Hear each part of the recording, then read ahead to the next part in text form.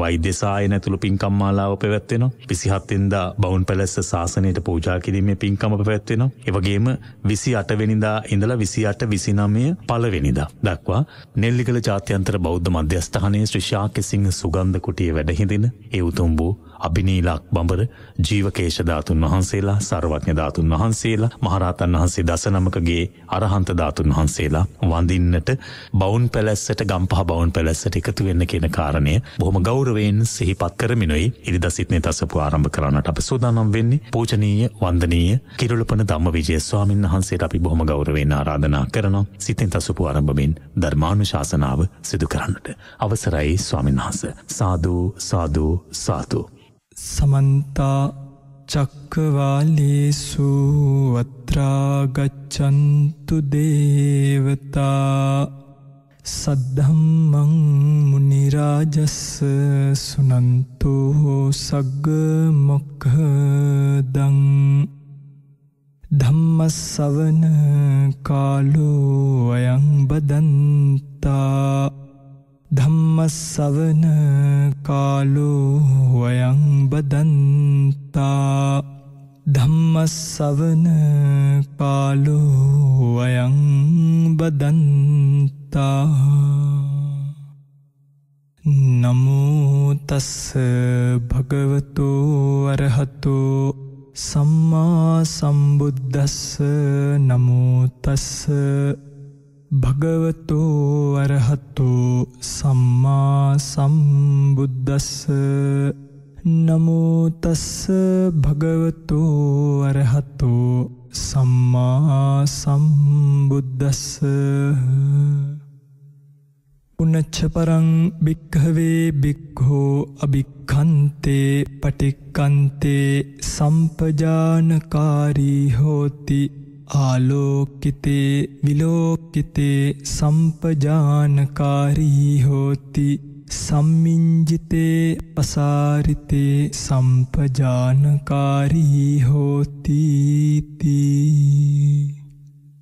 සද්ධර්ම ශ්‍රවණාබිලාෂී ගුණගරුක වාසනාවන්ත පින්වත්නි, අද ඉරිදා දවස net fm සිත්නි තසපුව හරහා උතුම් ලෞතුරු බුදුරජාණන් වහන්සේ නමක් ලෝකයට පහළ වෙලා දේශනා කරන්නට යෙදෙන චතුරාර්ය සත්‍ය ධර්මයෙන් බිඳක් කෙටියෙන් නමුත් ශ්‍රවණය කරන්නට සූදානම් වන මොහොත.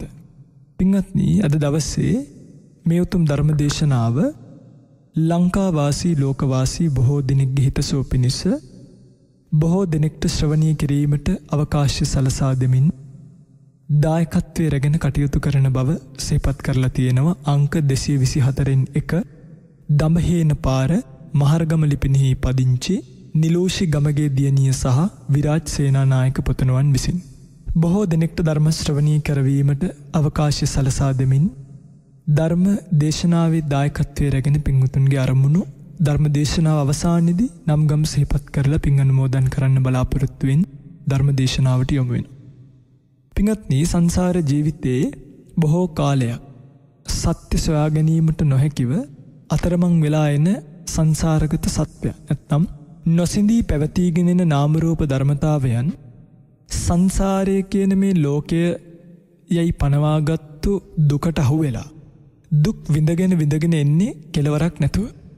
ඒ ජීවිතවල නොයෙකුත් තැන්වලදී තිරිසන් ලෝකවල, අවීචිවල, අසුර ලෝකවල, പ്രേත ලෝකවල දුක් විඳින්න යන සත්වයා බුද්ධෝත්පාද කාලයක සුගති උත්පත්තියකුත් ලබලා ඒ ලැබපු සුගති උත්පත්තියෙත් සද්ධර්ම ශ්‍රවණය කිරීමට තරම් කල්යාණ මිත්‍ර සේවනයක් ලැබිලා බුදුබණ ඇහෙන්න පටන් ගත්තොත් එතනින් පස්සේ පින්වත්නි තමන්ගේ ජීවිතය අනිත් පැත්ත හැරෙන එක හරි පුදුමයි.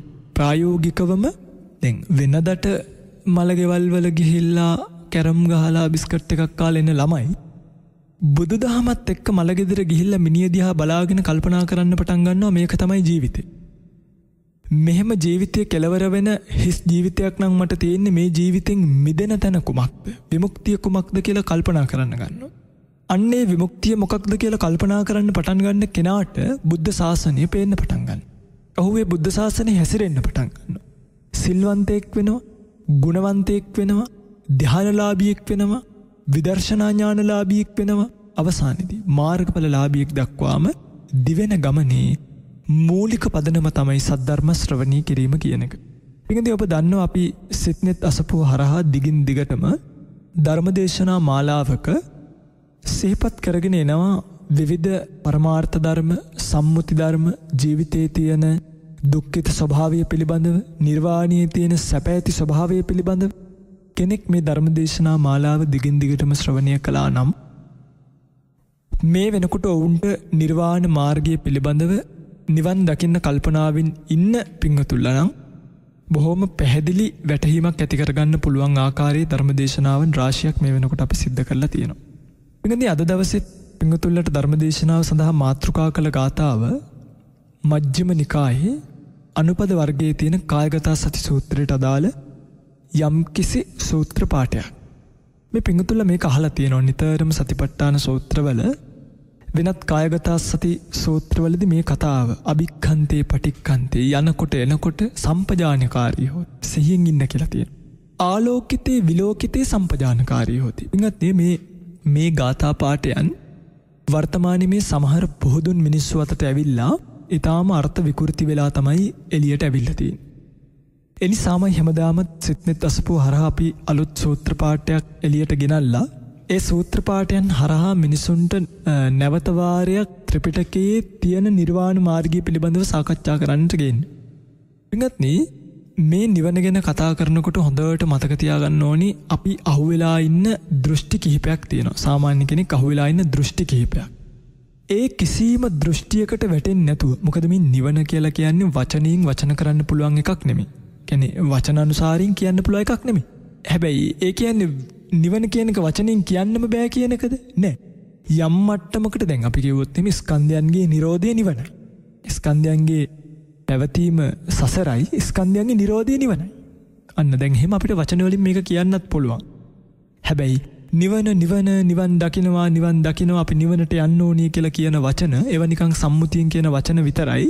නිර්වාණී කියන එක නිර්වචනය කරන්න ඒ සම්මුති වචන වලට කිසිසේත්ම පුළුවන් කමක් නැහැ. එනිසා පින්වත්නි මේ නිවන් දකින කෙනෙක් මේ නිවන් දැකීම දක්වා නැත්නම් නිවන දක්වා වැටිලා තියෙන සුප්‍රතිපන්න මාර්ගය අනුගමනය කරනවා විනා ඍජුවම නිවනට වැටලා තියෙන මේ උජුපටිපන්න මාර්ගය අනුගමනය කරනවා විනා මේකත් එක්ක තර්ක කර ඉන්න සුදුසු භාවයක් සසරේ නැහැ. මේ සසර කියලා කියන්නේ තර්ක කර ඉන්න පුළුවන් ප්‍රමාද වෙවි ඉන්න පුළුවන් තැනක් නෙමෙයි. වහාම මේ ධර්මතාවයන් තේරුම් අරගෙන මේ ධර්මතාවයන්ගෙන් මිදෙනවා විනා නිවන තර්ක කර ඉන්න යන්න හොඳ නැහැ. එනිසාම භාග්‍යතුන් වහන්සේ කාය වේදනා චිත්ත ධම්ම කියලා හතරක් අරගෙන කය ගැන මනසිකාරය කරන්න කිව්වා. වේදනාව ගැන මනසිකාරය කරන්න කිව්වා. චිත්තානුපස්සනාව යනුවෙන් සිත පිළිබඳව වූ භාවනා ක්‍රමවේදයක් භාග්‍යතුන් වහන්සේ හඳුන්වලා දුන්නා. ධම්මානුපස්සනාව යනුවෙන් ධර්මයන් පිළිබඳව වූ භාවනා ක්‍රමවේදයක් භාග්‍යතුන් වහන්සේ හඳුන්වලා දුන්නා. අද දවසේ පින්වතුන්ලට ධර්ම දේශනාව සඳහා මාතෘකා කළ ගාථාව කායගත සතිය නැත්නම් කායානුපස්සනාවට අයිති වෙන යම්කිසි භාවනා ක්‍රමවේදයක් ඇතුළත් ධර්මදේශනා පාඨයක්. පින්වත්නි මේ කායානුපස්සනාව කියන එක සාමාන්‍ය කෙනෙකුට කොයිතරම් වැදගත්ද කියන එක හිතන්නවත් පුළුවන් කමක් නැහැ. එනිසාම භාග්‍යතුන් වහන්සේ විවිධ උපමානුසාරයෙන් මේ කායගත සතිය නැත්නම් කයානුව පිහිටිච්ච සිහියෙහි තියෙන වැදගත්කම පිළිබඳව ලෝකෙට එලිපෙහෙලි කරලා තියෙනවා. එහෙම එලිපෙහෙලි කරපු එක තැනක් තමයි ඔය ජනපද කල්යාණිය පිළිබඳව භාග්‍යතුන් වහන්සේ සිහිපත් කරපු උපමාව. පිළිගද මේ ජනපද කල්යාණිය කියලා කියන්නේ පංච කල්යාණියෙන් යුක්ත ස්ත්‍රියක්. මේ සාමාන්‍යයෙන් එකල දඹදිව හිටපු කිසිදු ස්ත්‍රියකට මේ ජනපද කල්යාණියව සමාන කරන්න බෑ. කියන්නේ පංච කල්යාණියෙන්ම යුක්තයි. අට්ටි කල්යාණිය, මංස කල්යාණිය, චවි කල්යාණිය. ඇයට අවුරුදු 100ක් ගෙවුණා. සාමාන්‍යයෙන් ඇයට අවුරුදු 100ක් වුණත් ඇගේ වයස බලන කෙනෙක්ට ඇගේ වයස පේන්නේ අවුරුදු 20ක් විතර. එහෙමයි. පිරෙන්න ඕනි හැමතැනම මසින් පිරීලා. ඇගේ නහර පේන්නේ ඒව මුකුත් නැහැ. දත් ටික බැලුවොත් හරියටම පිළිවෙලට පිටලා තියෙනවා. දියමන්ති ටික වගේ. කොණ්ඩේ ගත්තොත් කේශ කල්යාණිය. අවශ්‍ය විදිහටම කෙස් කලම පිටලා තියෙන පංච කල්යාණියෙන් යුක්තයි. දෙවි කෙනෙක්ගේ තරම් මේ ශාරීරික අසිරියක් නැති වුණත් කිසිදු මිනිසෙකුට ලං වෙන්න බැරි අසිරියක් ජනපද කල්යාණිය ගාව තිබ්බා. ජනපද කල්යාණිය ගාවට ගියාම ප්‍රකෘති සිහියෙන් ඉන්න හිත හදපු උතුමෙක්ට හැර වෙනත් කිසිම කෙනෙකුට පුළුවන් කමක් තිබෙන්නේ නැහැ. කියන්නේ රාගයට බැස ගන්නවා ඒ සිත ජනපද කල්යාණියව දැක්කහම. හිස උස්සල බලනවා ඒ ස්වභාවය ජනපද කල්යාණියක තියෙනවා. භාග්‍යවතුන් වහන්සේ උපමාවක් සිහිපත් කරනවා. මහණෙනි යම්කිසි මරණ දණ්ඩනයට නියම වෙච්ච සිරකාරී.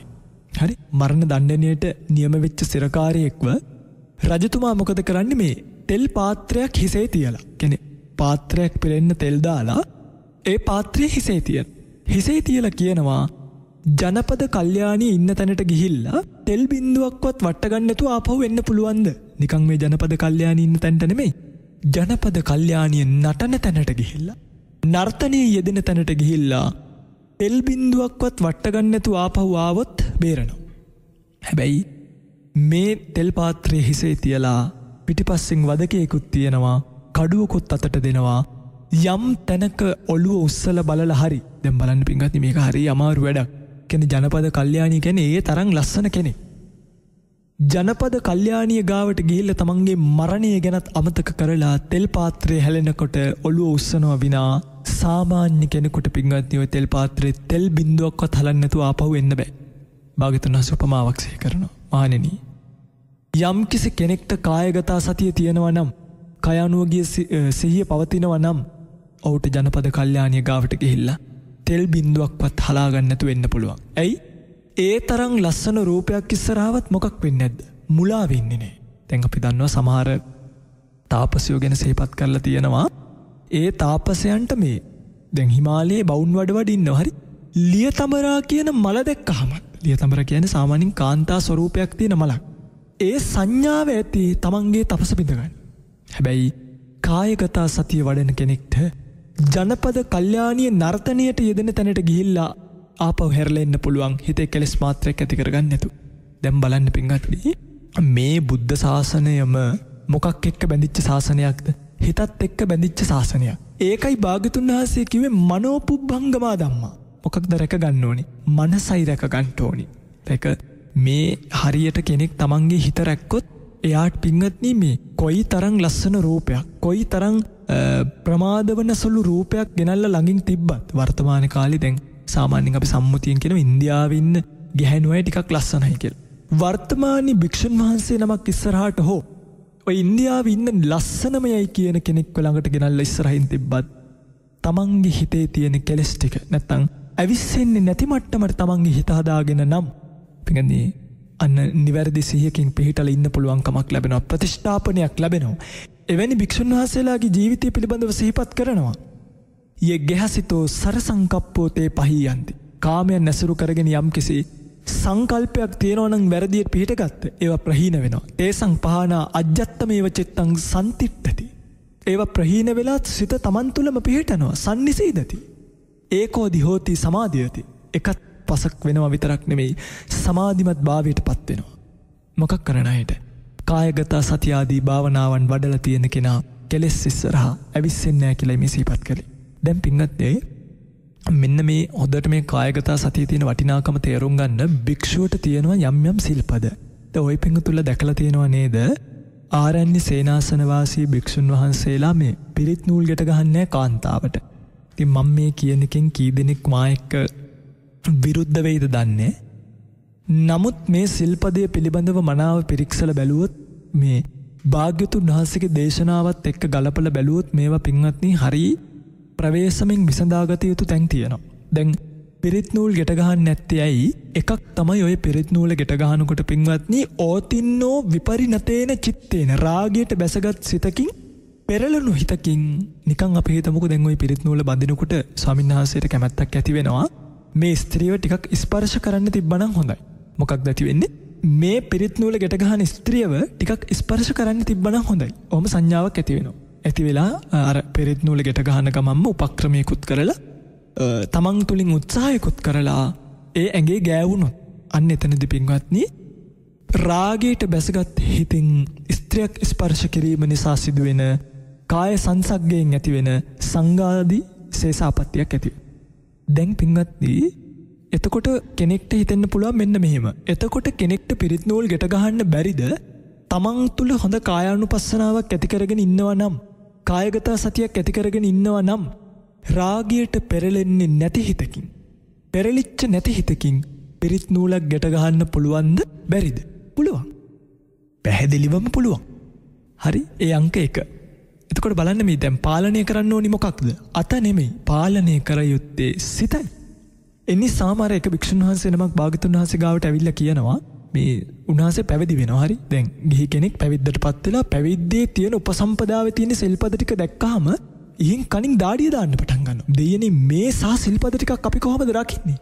අනේ මීට වඩා හොඳයි මම ගිහි වෙනවා කියලා කල්පනා කළා.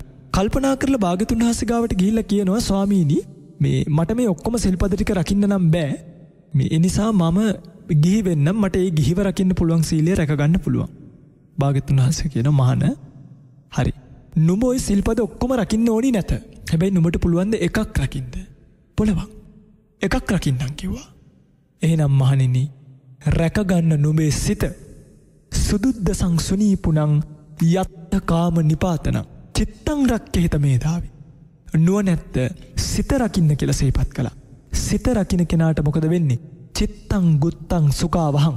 සිත රකින්න කෙනාට සුවය උපදිනවා. පින්වත්නි මේ භික්ෂුව පැත්තකට ගිහිල්ලා හිත රැක්කා. හිත රකින්නකොට අනිත් සෙල්පද ටික මොකද උනේ? නිකම්ම රැකුණද නැද්ද? නිකම්ම රැකුණා. ඒ නිසා මේ වර්තමානයේ පිරිත් නූල ගෙට ගැහීම සම්බන්ධව තියෙන කාරණාවේදී මම මේක සිහිපත් කළේ මේක දෘෂ්ටියකට ගන්න එපා. හරිද? දැන් සමහරු මේකේ අන්තවාදී අන්ත දෘෂ්ටියකට ගිහිල්ලා මම දැකලා තියෙනවා සමහර තැන්වල මේ කාන්තාවට බුද්ධ පූජා කරන්න බුද්ධ මන්දිරයට එන්න තහනම් කරලා. එහෙම කරන්න එපා. ඒක භාග්‍යවතුන් වහන්සේ කරපු එකක් නෙමෙයි. ඒක ඉන්දියාවේ බමුණු කරපු එකක්. කාන්තාවට එහෙම සලකපු තැන ඉන්දියාවේ බමුණු කරපු එකක්. භාග්‍යවතුන් වහන්සේ කොයිවත් එහෙම කියලානේ. කොයිද තියෙන ත්‍රිපිටකයේ කාන්තාවකට බුද්ධ පූජා කරන්න තහනම් කියලා. පින්වත්නි මේ යසෝදරාව භාග්‍යවතුන් වහන්සේගේ සිරිපතුල් දෙක වැළඳගෙන අඬනකොට ඒකට ඉඩ දුන්නු ශාසනයක් මේක. එහෙමයි කියන්නේ මේ ඔය ඇත්තන්ට කියනවා නෙමෙයි කාන්තාවකට කකුල් දෙක අල්ලගෙන වඳින්න ඉඩ දෙන්න කියලා. ඒව නුවණින් කල්පනා කරලා විසඳ ගන්න ඕනි. නමුත් කිසිසේත්ම මේකෙදී අන්තවාදී ප්‍රතිපදාවක් නම් අනුගමනය නොකළ යුතුයි. දැන් ඊට පස්සේ තවත් කෙනෙකුට මේ සිල්පදේ පුංචි ගැටලුවක් එනවා. මේ ඒ තමයි ඔය පිරිත් නූල ගෙට ගහනකොට ඒ කියන්නේ අපි හිතමුකෝ දැන් අතේ ගෑවෙන්න හිතෙන්නේ හරිද? නමුත් පිරිත් නූල ගෙට ගහනකොට ගෙට ගහන ගමන් නිකන් හිතෙනවා අර කැමැත්තක් වගේ රාගසිතක් ඇති වෙනවා. එන්නේ රාගසිත නිසා අර දැන් භික්ෂුවගේ අතයි ස්ත්‍රියගේ අතයි නූලෙන් පටිබද්ධ වෙලා තියෙනවනේ. එන්නේ කාය පටිබද්ධය නිසා දුකුල ඇවතක් ඇති වෙන්න පුළුවන්. ඒ නිසා කෝකටත් කියලා වර්තමාන භික්ෂුන් වහන්සේලා ඉතින් ඇත්තටම මම මේ ආයිත් කියන්නේ තමන්ගේ හිත හදාගත්ත භික්ෂුවකට මෙන්න මේ ඇවතවත් වෙන්නේ නැහැ පිරිත් නූලක් ගෙට ගැහුවා කියලා. ඇයි? ඉතින් උන්වහන්සේට කාය ප්‍රතිපද්‍යයේදී දුකුල ඇවතක් ඇති වෙන්නේ නැහනේ. එහෙනම් පින්වත්නි දැන් ඔය චරෝක අන්තගාමී වුණොත් අපිට පුළුවන් ද කාන්තාවකට කියලා දානි හන්දක් පිළිගන්න ඕගන්. අපිට පුළුවන් ද කාන්තාවකට කියලා පාත්‍රයක් පිළිගන්න ඕගන්. අපිට පුළුවන් ද කාන්තාවකට කියලා අටපිරිකරක් පිළිගන්න ඕගන්. ඒ අටපිරිකරෙන් කාය ප්‍රතිපද්‍ය වෙලා තිබ්බත් ඔය ඇවත වෙන්නේ නැද්ද? වෙනවා. පාත්‍රයෙන් කාය ප්‍රතිපද්‍ය වෙලා තිබ්බත් ඔය ඇවත වෙන්නේ නැද්ද? වෙනවා. ඒ නිසා මේ ශාසනය හිතත් එක්ක බැඳිලා තියෙන ශාසනයක් හොඳට මතක තියාගන්න. එහෙම නැත්තම් ඔබට පුළුවන් රුපියල් 5000ක් 10000ක් අරගෙන ඇවිල්ලා මගේ ඇඟේ ගාලා මගේ මූණේ සම්පූර්ණයෙන්ම ගාලා මගේ සෙල්පදේ කඩලා දාන්න. එහෙම බෑ. මේක හිතත් එක්ක බැඳිච්ච ශාසනයක්. ඒ නිසා මේ ඒ වගේ අර ඒවට අපි අන්තගාමී වෙන්න හොඳ නෑ. හැබැයි මේ මම මේ කියන්නේ දැන් අපිත් පින්වත්නි අපේ ආරණ්‍ය සේනාසනවලත් පිරිත් නූල් ගැට ගහන්නේ නෑ. ඒක පස්චිම ජනතාව කෙරෙහි අනුකම්පාවෙන්. ඒ කියන්නේ අපෙන් පස්සින්න පොඩි ස්වාමීන් වහන්සේලාත් එතකොට ඒ ප්‍රතිපත්තියට පුරුදු වෙලා උන්වහන්සේලා කොහොම හරි රැකෙනවනේ කියන සංඥාවෙන් අපිත් ඒක කරන්නේ නැහැ. නමුත් ශාසනය කියන්නේ එතන නෙමෙයි. ඊට වඩා මට සිලුටු ශාසනයක්, සියුම් ශාසනයක් හොඳට තේරුම් ගන්න ඕනේ මේවා. ඒ නිසයි කිව්වේ කාන්තාවක් ස්පර්ශ කරොත් ස්පර්ශ රාගයෙන් දුකුලා මේ සංඝාදිසේසාපත්‍යක් වුණාට යම් තැනකදී මවව අත ගෑවොත් කියන්නේ භික්ෂුවක් තමන්ගේ අම්මව අත ගෑවොත් මාතෘ ප්‍රේමයෙන් රාගයෙන් නෙමෙයි මාතෘ ප්‍රේමයෙන් අත ගෑවොත් සංඝාදිසේසාපත්‍යක් වෙන්නේ නැහැ කිව්වා. තමන්ගේ සහෝදරියව සහෝදර ප්‍රේමයෙන් අත ගෑවොත් අපි දැන් හිතමුකෝ භික්ෂුවකට තමන්ගේ සහෝදරියව දැකලා අනේ කියලා හිතලා නිකන් අමතක වෙලා අත ගෑවෙනවා. දැන් රාගයෙන්ද සහෝදර ප්‍රේමයෙන්ද? සහෝදර ප්‍රේමයෙන්නේ. එතකොට අන්නේ සහෝදර ප්‍රේමයෙන් අත ගෑම තුල සංඝාදිසේසාපත්‍යක් වෙන්නේ නැහැ කිව්වා. මොකද එතන බැසගත්තු රාගය නැති නිසා. හරිද? එතකොට බලන්න පින්වත්නි මේ බුදුරජාණන් වහන්සේගේ ශාසනයේ සිල්පද පිහිටවල තියෙන හැටි මේක මම කියන්නේ මේක අමනුෂ්‍ය ශාසනයක් නෙමෙයි. මේක හොඳට මතක තියාගන්න. මේක මනුෂ්‍ය ශාසනයක්. තමන්ගේ හිත පාලනය කළා නම් තමන්ට තමන්ව සෙල්ෆ් කන්ට්‍රෝල් නම් අපිට අපිව කන්ට්‍රෝල් නම් ඔබට ඔබේ හිත ගැන විශ්වාසයි නම් එතනින් එහාට මේ ලෝකෙ ඔබට මොනවා කළත් මොන ගර්හාව කළත් මොන චෝදනාව කළත් මොන නින්දාව කළත් මොන ප්‍රශංසාව කළත් ඔබට පුළුවන් නම් අඩියක් පස්සට තියාගෙන ජීවත් වෙන්න. එහෙම ශාසනයක් මේක. නැතුව අතපය බැඳපු ශාසනයක් නෙමෙයි. කට බැඳපු ශාසනයක් නෙමෙයි. ඇස් අන්ධ කරගන්න කියපු ශාසනයක් නෙමෙයි. අන්ධ කරගන්න කිව්වේ ඔබේ හිත. බිහිරි කරගන්න කිව්වේ ඔබේ හිත. කන බිහිරි කරගන්න කියපු ශාසනයක් නෙමෙයි. හරි? එතකොට මේවා ගැන කියන්න ගත්තොත් තව දීර්ඝ කරුණු තියෙනවා විස්තර කරලා දෙන්නේ. හැබැයි සිල්වන්ත භික්ෂුව සිල්පදයට කොච්චර ගරු කරනවද කියනවා නම් තමන්ගේ අම්මව වතුරේ ගහගෙන ගියා. එහෙමත් කියලා තියෙනවා. තමන්ගේ අම්මව වතුරේ ගහගෙන ගියත් අතින් අල්ලලා ගොඩට ගන්නෙ නේ. සිවුරේ කොනක් විතරක් දාන්න කියනවා. දාලා අම්මා සිවුරේ කොන දැම්මහම මේක අල්ලගනී කියලා කියනවා. අල්ලගත්තොත් සිවුරු පොට ඇදලා ගන්න කියනවා. ඇදලා ගද්දි ඉදින් මාව බය වෙලා කරට එල්ලුනොත් අපි දමු කරේ එල්ලුනා කියලා අත් දෙකක් දාගෙන අතාරින්න ප්‍රතික්ෂේප කරන්න එපා කිව්වා. එක්කන් ගිහිල්ලා ගොඩබිමකින් තියලා අම්මා ගොඩබිමෙන් බහිනකන් ඒ ඉරියව්වේ තියාගෙන ඉන්න කිව්වා. බලන්නකො මේ ශාසනේ කොයිතරම් මානුෂීයද කියලා. අද මේ මානුෂීය ගුණධර්ම ඇති අතහැරලා ටිකක් රොබෝල ටිකක් බිහි කරගෙන එන ශාසනයකුත් පේන්න තියෙනවා. එනිසයි මම මේ කායගත සති සූත්‍රය ගත්තේ. කායගත සති සූත්‍රය කියලා කියන්නේ මෙන්න මේවා වඩන්න කිව්වේ තමන්ගේ හිත හදාගන්න. කෙනෙක් නිවැරදිව ලෝකය ගැන කල්පනා කරලා විශේෂම අපි රාගය ගැන කතා කරපු නිසා මේ රාගයට ප්‍රතිපක්ෂ භාවනාව පිළිබඳවම කතා කරපු මේ සූත්‍රයේ තියෙනවා නොඑක් පරයයන්. ආනාපාන සති පරයය තියෙනවා. ඊළඟට ඊට මෙහා ගිය තව ලස්සන පරයයක් තියෙනවා. කොහොමද? භාග්‍යවතුන් වහන්සේ සිහිපත් කරනවා මේ ශාසනයේ පැවිදි වෙච්ච මහණුන් නැත්තම් ප්‍රතිපත්ති පූර්ණණය කරන මහණුන් මෙතනදී ගිහි පින්වතුන්ලත් අයිති. පැත්තකට ගිහිල්ලා ඉඳගෙන මොකද කරන්නේ? සය්‍යතාපි භික්කවි උබතෝමුකා පූතෝලි පූරා නානා විහිතස්ස දඤ්ඤස්ස. හරියට මේ දෙපැත්ත කට බැඳලා තියෙන මල්ලක් පැත්තකට අරන් ගිහිල්ලා සය්‍යතීදං මේක ලියනවා. මේ ධාන්‍ය මල්ල ලියනවා. ලියලා බලනවා සාලීනං විහීනං මුග්ගානං මාසානං තිලානං තණ්ඩුලානං තමේනං චක්කුමා පුරිසෝ මුංචිත්වා පච්චක්කේය. ඇස්සැති පුරුෂෙක් අර මල්ල ලියලා ඇතුලේ තියෙන ධාන්‍ය වර්ග වෙන් කරනවා නම් මේ සහල් මේ මුං මේ තල ආදී වශයෙන් වෙන් කරනවා. කොහොමද? ඉමේ සාලි මේ සහල් ඉමේ විහි මේ වී ඉමේ මුග්ගා ඉමේ මාසා මේ මුං ඉමේ තිලා මේ තල ආදී වශයෙන් වෙන් කරනවා නම් අන්න ඒ වගේ ඒව මේවකෝ භික්කවේ භික්ඛු අන්න ඒ වගේ භික්ෂුන් වහන්සේ මොකද කරන්නේ?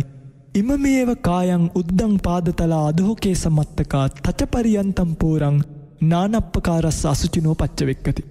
අන්න ඒ වගේ භික්ෂුව මේ මල්ල ලියනවා වගේ මේ කය අරගෙන ගහක් මුලට ගිහිල්ලා අරඤ්ඤ ගතෝවා රුක්ක මූල ගතෝවා ශුඤ්ඤාගාර ගතෝවා පැත්තකට ගිහිල්ලා ඉඳලා අර මල්ල ලියනවා වගේ මේ කය ලියලා බලනවා.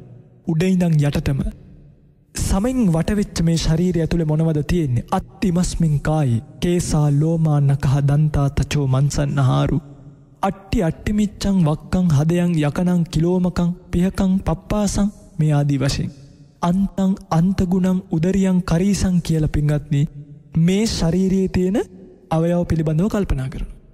කොහොමද? වර්ණ වශයෙන් වන්න සංඨාන ගන්ධේහි ආසයෝ ඕකාස ආසව ඕකාස කියලා කියනවා. අවකාශ පරිද්දෙන් වර්ණ වශයෙන් පිළිකුල් බව, සටහන් වශයෙන් පිළිකුල් බව, ගන්ධ වශයෙන් පිළිකුල් බව, හැදිලා තියෙන දේ වශයෙන් ඇසුරු කරගෙන තියෙන අවකාශයේ වශයෙන් පිළිකුල් බව කල්පනා කරනවා. දැන් පින්වත්නි මේ ශරීරය අරන් බලන්න මේ ශරීරය පිළිබඳව බොහෝ ඇත්තන්ට තියෙන සුබ සංඥාවක් නේ. බොහෝ ඇත්තන්ට තියෙන සුබ සංඥාවක්. හැබැයි පින්වත්නි කෙනෙක් මේ ශරීරයේ ඇත්ත නිවැරදිව දැක්කොත් ඉතින් මට මතකයි මම පැවිදි වෙන්න කලින් සත්කම කරගැනීමේ අවශ්‍යතාවයෙන් එක වෙලාවක රෝහලට ගියා. ඇත්තට මේ රෝහලට ගිය වෙලාවේ මෙතනට ආවා අවුරුදු 20ක විතර තරුණ දැරිවියක් ආවා බස් එකකට හැප්පිලා. මට අද වගේ මතකයි. වෙන්නේ මේ ජීවිතේ නොයෙක් තැන්වල නොයෙක් අත්දැකීම් විඳලා තියෙනවා. කවදාවත් සිහිසුන් වුණා කියන අත්දැකීම විඳලා තිබෙන්නේ. ඒ කියන්නේ සිහි නැති වුණා කියලා එකක් වෙලා තිබෙම නෑ ජීවිතේ. හැබැයි මට අද වගේ මතකයි ඒ ආපු දැරිවියගේ කකුල බස් එකකට යට වෙලා සම්පූර්ණයෙන් හැම ටික අයින් වෙලා තිබ්බා. හැම ටික අයින් වෙලා කකුලේ මස් ලේ නහර මේවා පේන තරමට මේවා විනිවිද පේන තරමට මේ කකුල පින්වත්නි හැම ගහිලා තිබ්බා. මේක කොච්චර දකින්න අමාරු දර්ශනයක් වුණාද කියනවා නම් මේ දර්ශනය දැකලා තත්පර ගණනක් ඇතුළත මාව සිහිසුන් වෙලා ඇදගෙන වැටුණ මට මතකයි. ඇස් දෙක අරනකොට හිටිය ට්‍රොලියක් උඩ. ඒ කියන්නේ මේ දර්ශනය අපි කොච්චර මේ ශරීරයට මුලා වෙලාද මේ හැමෙන් වැහිලා තියෙන ශරීරය ගැන දහසකුත් ප්‍රාර්ථනා පොදි බඳිනවා. හැබැයි සත්‍ය දැකපු ගමන් පිංගන්නේ කෙලින් හිටගෙන ඉන්නවත් පණ නැතුව සිහිසුන් වෙලා ඇදගෙන වැටුණා කිව්වහම මේ ශරීරයේ තරම් ජරා ගොඩක්. මගේ පිංගතුලා නිකන් හිතලා බලන්න කාපු කෑම ටික මේ වෙලාවේ කොයිද තියෙන්නේ කියලා. නොපැසුණු ආහාර. ඔය පිංගතුලා නිකන් බත් කටක් කටට දාගෙන හපන්න නැතුව ආයිත් එළියට දාලා අතට අරගෙන බලන්න ඒක කන්න පුළුවන්ද කියලා. බලුවමනේ ගොඩක් වගේපත් වෙනවා. බත් කටක් දෙකක් හැපුවොත් මොකද වෙන්නේ? ආයි ඒක කන්න තියා හිතන්නව කියන්නේ ඒක බලුවමනේ ගොඩක්මයි. ඔබේ ශරීරයේ මේ වෙලාවෙත් එවැනි අසුචි ගොඩක් තියෙනවා. ඒක පැසුණු ආහාර බවට පත් වෙද්දී අසුචි බවට පත් වෙද්දී කොච්චර පිළිකුල්ද මේ ශරීරය. ඔයත් නිකන් කල්පනා කරලා බලන්න මේ ශරීරය මොනවද තියෙන්නේ. නව දොරකින් වැగిරෙන්නේ හොඳ දේවල්ද මොකෝ මුතුයට වැగిරෙනවේ මැණික් වැగిරෙනවද නේද? තන්නේ කර පෙන්ගත් මේ කබ සොට්ටු කලාඳුරු මේ වගේ මාම මහ දහ ජරාව ටිකක් තියෙන.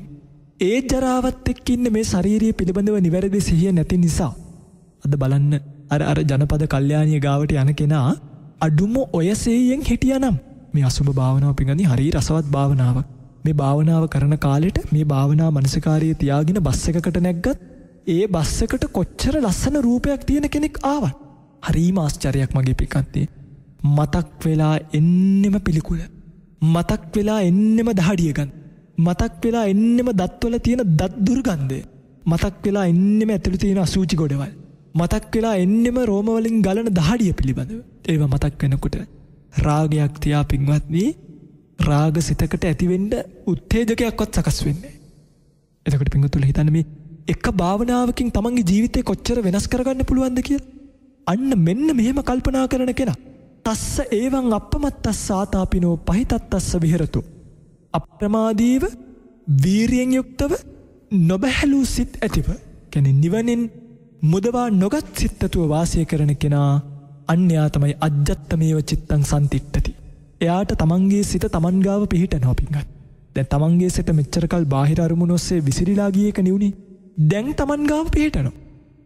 තමන් ගාව පිහිටීම නිසාම සමාධියති සමාධි භාවයට පත් වෙනවා. ඒ කියන්නේ ඒකාග්‍ර භාවයට පත් වෙනවා. ඒවම් පිබික්කවේ බික්කෝ කායගත සතින් භාවී. මෙහෙමත් මේ කායගත සතිය වඩන්න පුළුවන්. ඒ නිසා මතක තියාගන්න එක පරියායක් තමයි පිළිකුල මනසිකාරිය කිරීම. කය පිළිබඳව වූ පිළිකුල මනසිකාරිය කිරීමෙන් දුරු කරන ලෝභය.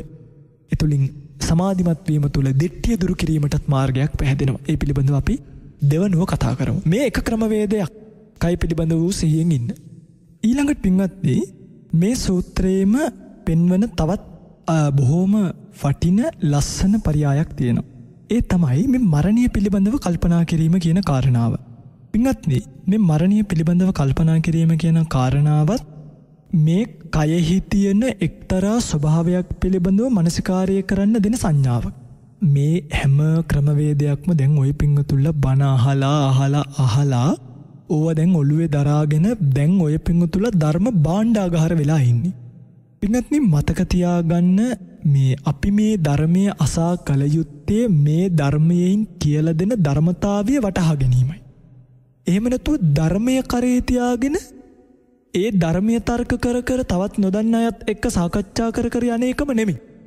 ඒක හොඳයි ධර්ම සාකච්ඡාව අනුග්‍රහිතයක්. නමුත් ධර්ම සාකච්ඡාව අනුග්‍රහිතයක් මිසක් ඒක අනුග්‍රහිතයක් ඒක අනුග්‍රහයක්.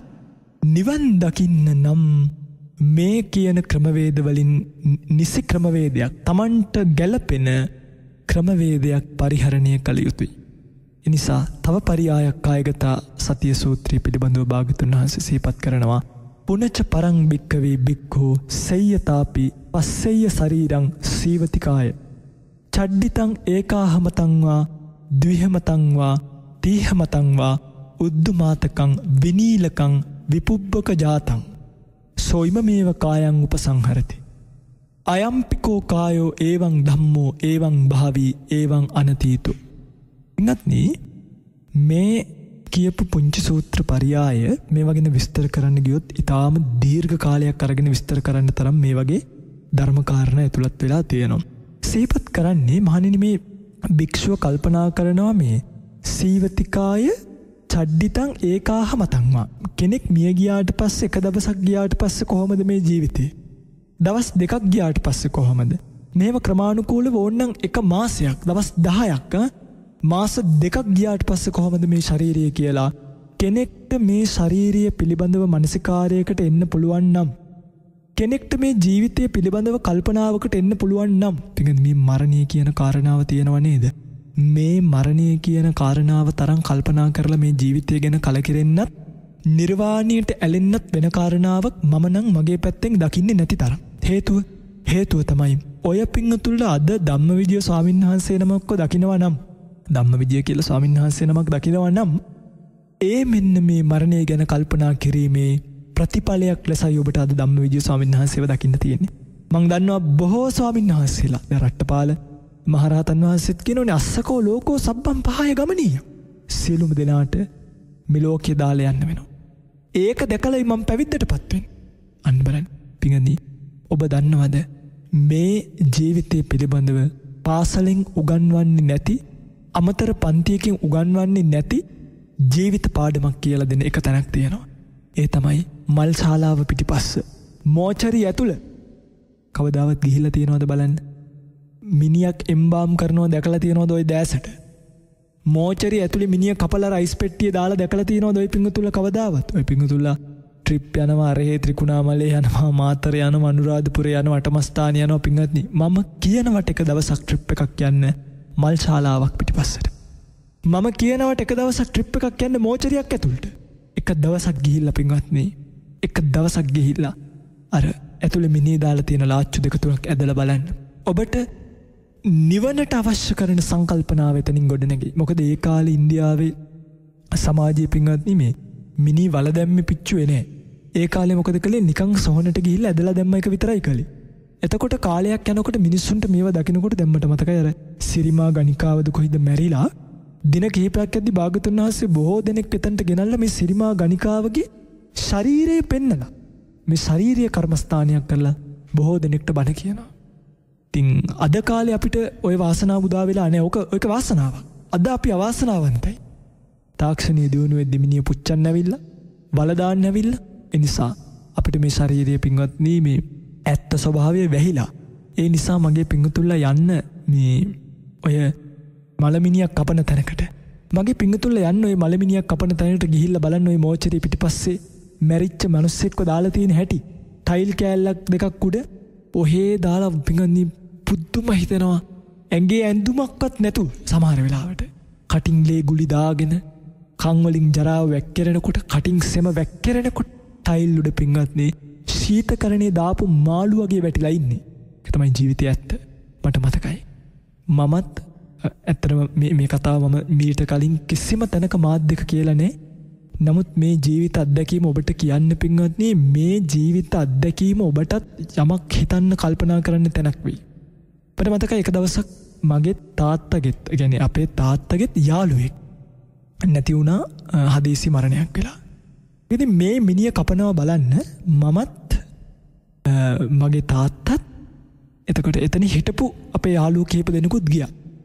ගිහිල්ලා බලනකොට පින්වත්නි මේ කොල්ල හරිය තරුණ කොල්ලෙක්. මට මතකයි අතේ පච්චයක් එහෙමත් ගහලා තිබ්බා. ඉතින් ඒව මුකුත් නෑ. ඔහේ පින්වත්නි ලෑල්ලක් උඩට දාපු මාළුවෙක් වගේ ගල් ගැහිලා මැරිච්ච ඉරියව්වෙම ඉන්නවා. පුදුම සංවේගයක් පුදුම කලකිරීමක් ඇති වුණේ දෙයනේ ඊයේ රැත් අපිත් එක්ක දඟලලා කරලා හිටපු කෙනා. අද මැරිලා කිව්වහම පින්වත්නි ඒක ඒ හැංගීම එතනට ගිහිල්ලාම තමයි ගන්න වෙන්නේ. ඊට පස්සේ පුංචි බ්ලේඩ් එකක් අරගෙන මට මතකයි ඇත්තම කතාව මේක මේ කළුබෝවිල ඊටාම ප්‍රසිද්ධ මල් ශාලාවක අයිතිකාරයෙක්ගේ පුතෙක් තමයි මෙහෙම මරණයටපත් උනේ. තාත්තා තමයි මේ මිනිහ කැපුවේ. කියන්නේ තාත්තා පුතාගේ මිනිහ එම්බාම් කරනවා. මට මතකයි තාත්තා අඬ කපනවා අද වගේ මතකයි පුතේ. මම මිනිහ දහස් ගණනක් එම්බාම් කරලා තියෙනවා. කවදාවත් හිතුවේ නෑ උඹේ මිනිහත් මගේ අතින් එම්බාම් කරන්න වෙයි කියලා. ඔය වචනේ කිය බ්ලේඩ් එකක් අරගෙන පොඩ්ඩ පිංගත්නි හැම ටික කපනකොට මේ හැම ටික පිංගනි ලාච්චු වගේ ඇරිලා වැටුණා. වැටිලා බඩ බොකු, කුඩා බඩවැල, මහ බඩවැල, අක්මා, වකුගඩු, හදවත් සියල්ල අයින් කරලා හිස්තන් ටික පුරවන්න ලී කුඩු ටිකක් ඔබලා ආයිත් ලොකු ඉඳ කට්ටකින් මැහුවා. මහලා තමයි මිනි පෙට්ටියට දාලා කොණ්ඩේ ජෙල් ටිකක් එහෙමත් ගාලා පෙට්ටියට දාලා එව්වා. ඒ වෙලාවේ මට මතකයි ඒ වෙලාවේ අපි හැමෝම සංවේගයෙන් මේ සිද්ධිය දිහා බලන් හිටියා. මොකද අපේ එකට හිටපු යාළුවෙක් කලින් දවසෙත් නටමු දඟලපු යාළුවෙක් මේ විදිහට කපලා කොටලා ලී කුඩු ඇතුළට දානකම් දෙයනේ මේකද ජීවිතය කියලා පින්වත්නි කල්පනා වෙච්ච වාර ගණනේ මට මතකයි එවලේ අපේ තාත්තා මම මේ කතාව මීට කලින් කියලා නෑ කිව්වේ ඒකයි. අපේ තාත්තා මගේ ඔළුව අත ගාලා කිව්වා පුතේ මනුස්ස ජීවිතේ අවසානිය ඕකයි. කොයි කවුරුත් මොන සෙල්ලම දැම්මත් ඔන්න ඔතනින් නවතින්න වෙනවා කිව්වා. ඉතින් මගේ ඔළුවට ඒක ඒ වෙලාවේ ගියේ නෑ. එක නිකන් ඒ වෙලාවේ අර තිබ්බ ෂොක් එකත් එක්ක ඒ පණිවිඩය ගියේ නෑ. හැබැයි හරියටම දවස් 7කට පස්සේ හදිසියෙම අපේ තාත්තා නැති වුණා. තාත්තා නැති වෙලා තාත්තගේ මිනිහ ගෙදර ආවට පස්සේ ෂෝකේ වැඩිකමට ඇත්තරම ටිකක් වැඩිපුර වේදනාවක් හිතේ තිබ්බා. ඒ නිසාම මං ওই මිනිහ බලන්න ගියේ නෑ. පළවෙනි දවසම බැලුවේ නෑ. හැබැයි එක වෙලාවක යාළුවෝ ටිකක් ඇවිල්ලා යන් බලන්න තාත්තව කියලා මාව එක්කන් ගියා. ඒකනේ මේ එක්කන් ගිහිල්ලා මිනිහ දිහා බලනකොටම කල්පනා වුණේ ඇඬුනේ කෙරුනේ මුකුත් නෑ. කල්පනා වුණේම මීට සතියකට කලින් තාත්තා ඔළුව අත ගාලා කියපු පණිවිඩේ කොයි කවුරුත් මේ මනුෂ්‍ය ලෝකේ මොන සෙල්ලම දැම්මත් මෙතනින් ජීවිතය අවසන් වෙනවා කියන කාරණාව. එවැනි ඒ ඔළුව කොච්චර එතන වැඩ කළාද කියනවා නම් ඒ බලපු බැල්මෙන්ම ඒ බලපු සංඥාවෙන්ම හිත තීරණයකට ආවා. එහෙනම් මෙවැනි නිස්සාර ජීවිතයක් නම් ගත කරන්නේ නැත. මෙවැනි හිස් ජීවිතයක් නම් පෝෂණය කරන්නේ නැත. මෙයින් අත මිදෙන මාර්ගය කුමක්ද? මෙයින් ගැලවෙන මාර්ගය කුමක්ද කියලා හොයනකොටයි බුදුදහම පින්වත්නි මේ පිළිබඳව අඩුවක් නැතුව දේශනා කරලා තියෙන පරිපූර්ණ දහමක් කියන එක තේරුම් ගත්තේ. දැන් බලන්න පින්වත්නි මම මේ කතාව කිව්වේ ඇත්තටම පින්වත්නි ඔය පින්වතුලා මේ මගේ ජීවිත කතාව හවුවා කියලා ඔය පින්වතුලාට ඇති වැඩක් නෑ. නමුත් මේ මරණය පිළිබඳව වූ එකම කල්පනාවෙන් මගේ පින්වතුලා හිතන්නේ ජීවිතයක් උඩු යටිකුරු වෙච්ච හැටි. ජීවිතයක් වෙනස් වෙච්ච හැටි. ඒ තමයි කය අනුව ගිය සිහිය.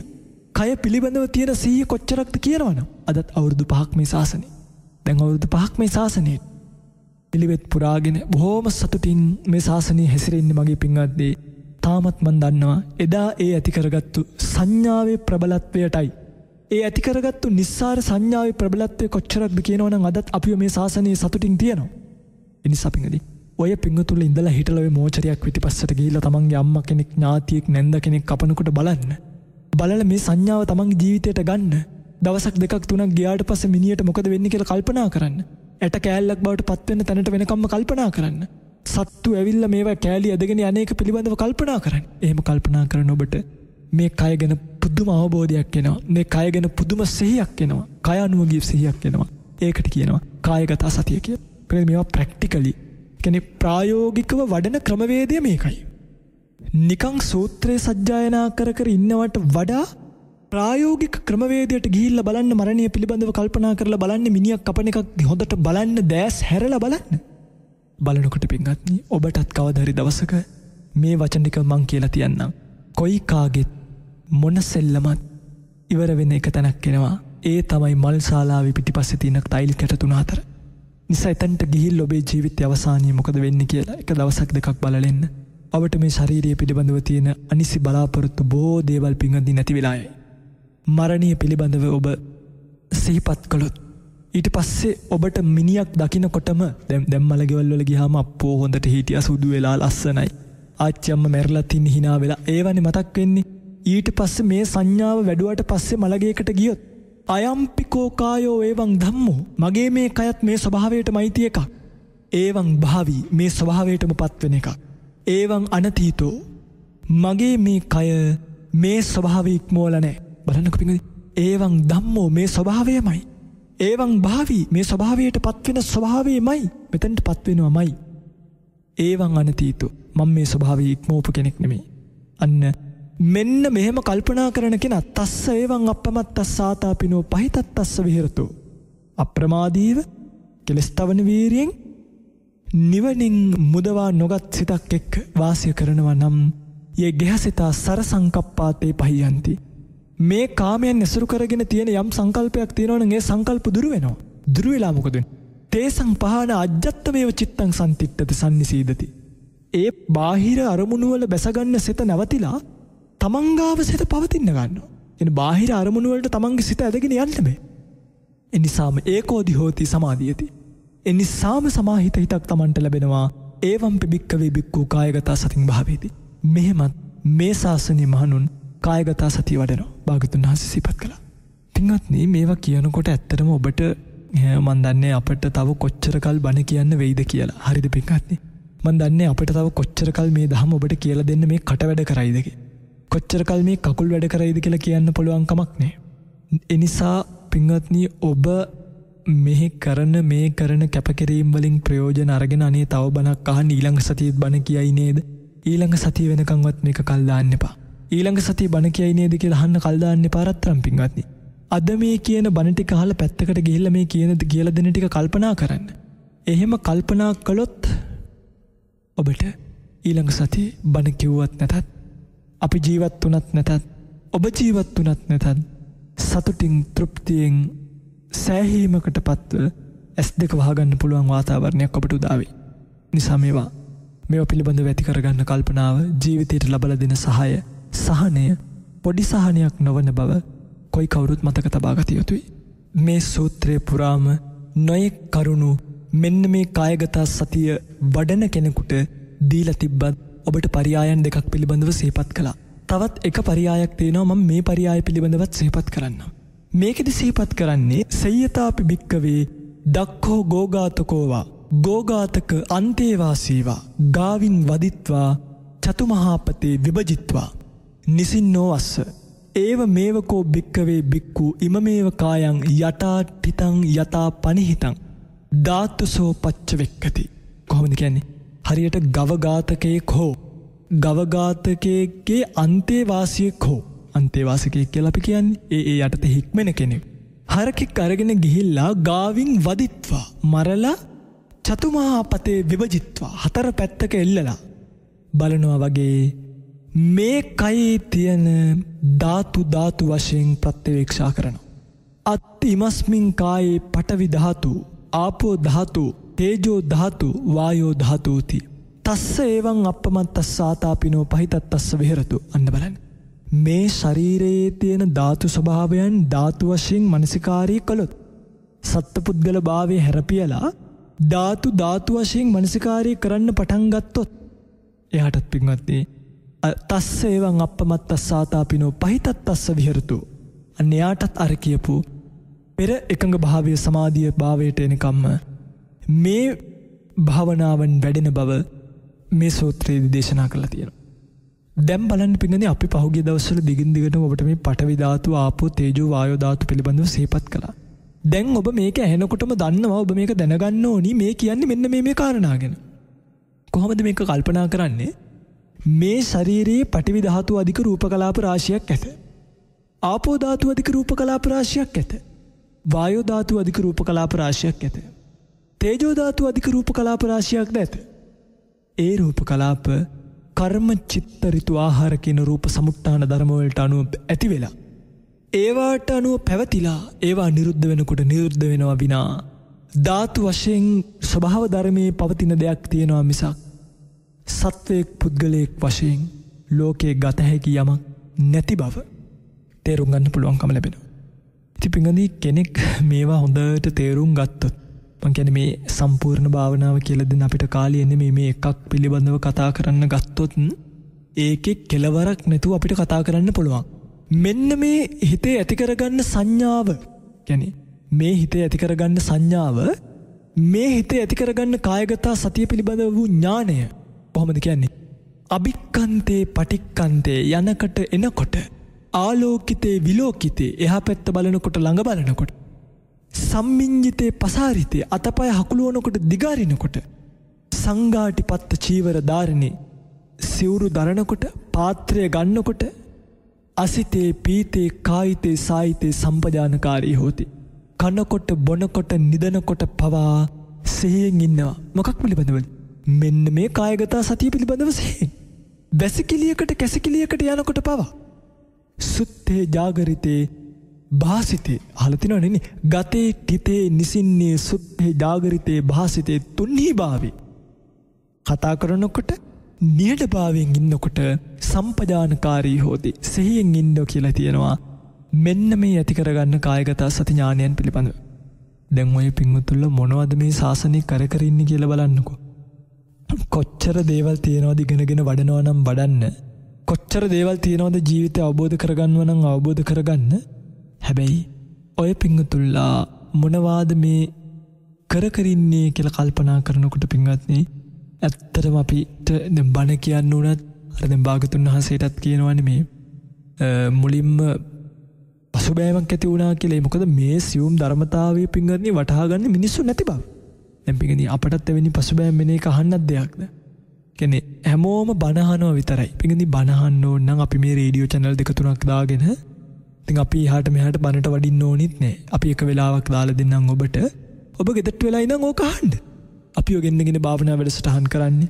අපිව ගෙවල් වලට ගෙන්නගෙන බණ අහන්නේ. මම දන්නේ මේ වගේ බලාපොරොත්තු මොනවද කියලා. හැබැයි ඒක නිකන් නමක් හදාගන්න නම් මාන්නයක් ගොඩනගා ගන්න නම් හොඳට මතක තියාගන්න පින්වත්නි ඔබත් මේ බුද්ධ ශාසනයෙන් ෆේල් වෙච්ච කෙනෙක්.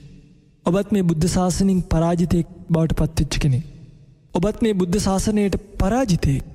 ඒ නිසා පරාජිතයෙක් නොවි මෙවැනි සූත්‍ර ධර්මයන් විමසලා පරීක්ෂා කරලා මේවා වඩලා මේ බුද්ධ ශාසනය ප්‍රතිඵල නෙලාගත්තු කෙනෙක් බවට පත් වෙන්න. පිනි දැඩි වීරියක් ගන්න. ඒ වීරිය තමයි ඔබව නිවන දක්වා එක්කන් යන්නේ.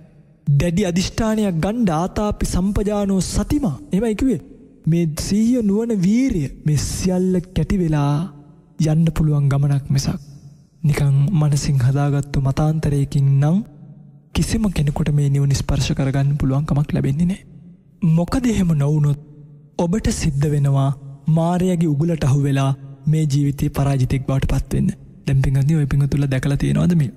අර මේ සමහර මී පැටව් දැන් අර මී කතුර කියලා එකක් තියෙනවානේ. ওই මී කතුරේ මී කතුරට මොකද කරන්නේ මේ පොල් කෑල්ලක් හරි පුච්චලා මොකක් හරි කරලා ඔය අර මී කතුරේ තියෙන පොඩි කූරක් වගේ එකක්. ඒ කූරේ ගහනවා. දැන් මීෙක් ඇවිල්ලා මේ පොල් කෑල්ල ගද්දිම මොකද වෙන්නේ? පොල් කෑල්ලට කට තියෙනකොටම අර උඩින් ඇවිල්ලා කෑල්ලක් වදිනවා. ඒ මීයාගේ ඔළුවට හරි කොන්දට හරි ඒ මීයා මරණාසන්න මොහොතටපත් වෙනවා. අන්න ඒ වගේ පින්වත්නි ඔබත් මේ මායාවේ ඇම ගිලින්න කට දැම්මොත් මතක තියාගන්න සංසාර ජීවිතේ අවීචියට යන්න වෙන සංසාර ජීවිතේ പ്രേත ලෝකයට යන්න වෙන අසුර ලෝකයට යන්න වෙන සෝවාන් වෙන මාර්ගය අවහිරවන නරක තැනක උප්පත්තිය ලබන්න හිස හරහා පහරක් තමයි ඔය ඇම ගිලීමෙන් ගන්න. ජනපද කල්යාණිය දැකලා හරි නිමිත්තක් අනුනිමිත්තක් ගන්නෙ නැති හිත පෙරලෙන්නේ නැති තැනට ඔබේ සිතපත් කරගත්තොත් අන්නේ අපි ගන්න ඉසීපත් කරනවා. අර තව ඉන්නවා කපටි මීයෝ જાතියක් හරි කොහමද ඒ කපටි මීයෝ මේ එයා ඇවිල්ලා මායාවේ හැම කනවා. ඉතින් පොල් කෑල්ල ගන්නවා. හැබැයි මොකක් වෙන්නේ නැද්ද? උගුල ගස්ස ගන්නේ. ඒ තමයි දක්ෂ මීයා. උගුල ගස්ස ගන්නේ නැතුව මායාවේ පොල් කෑල්ල කාලේ යන මී පැටියෙක් වෙන්නේ. මායාවේ ලෝකෙට ඇවිල්ලා මායාවේ දේවල් පරිහරණය කරලා මායාවේ වසඟයෙන් මිදෙන්න උත්සාහ කරන මේ ගමනේ ඔබත් මී පැටියෙක් වෙන්න උගුල ගස්ස ගන්නේ නැතුව එම කන බොහෝ දෙනෙක්ට වෙලා තියෙන්නේ. ඒගොල්ලෝ මේ උගුලට අහු වෙලා අහිංසක මිනිසුන් සසර ජීවිතේ වරද්ද ගන්නවා විතරයි. ඒ නිසා ධර්මදේශනාව මෙන්න යහට සිද්ධ කරන්නේ නැහැ.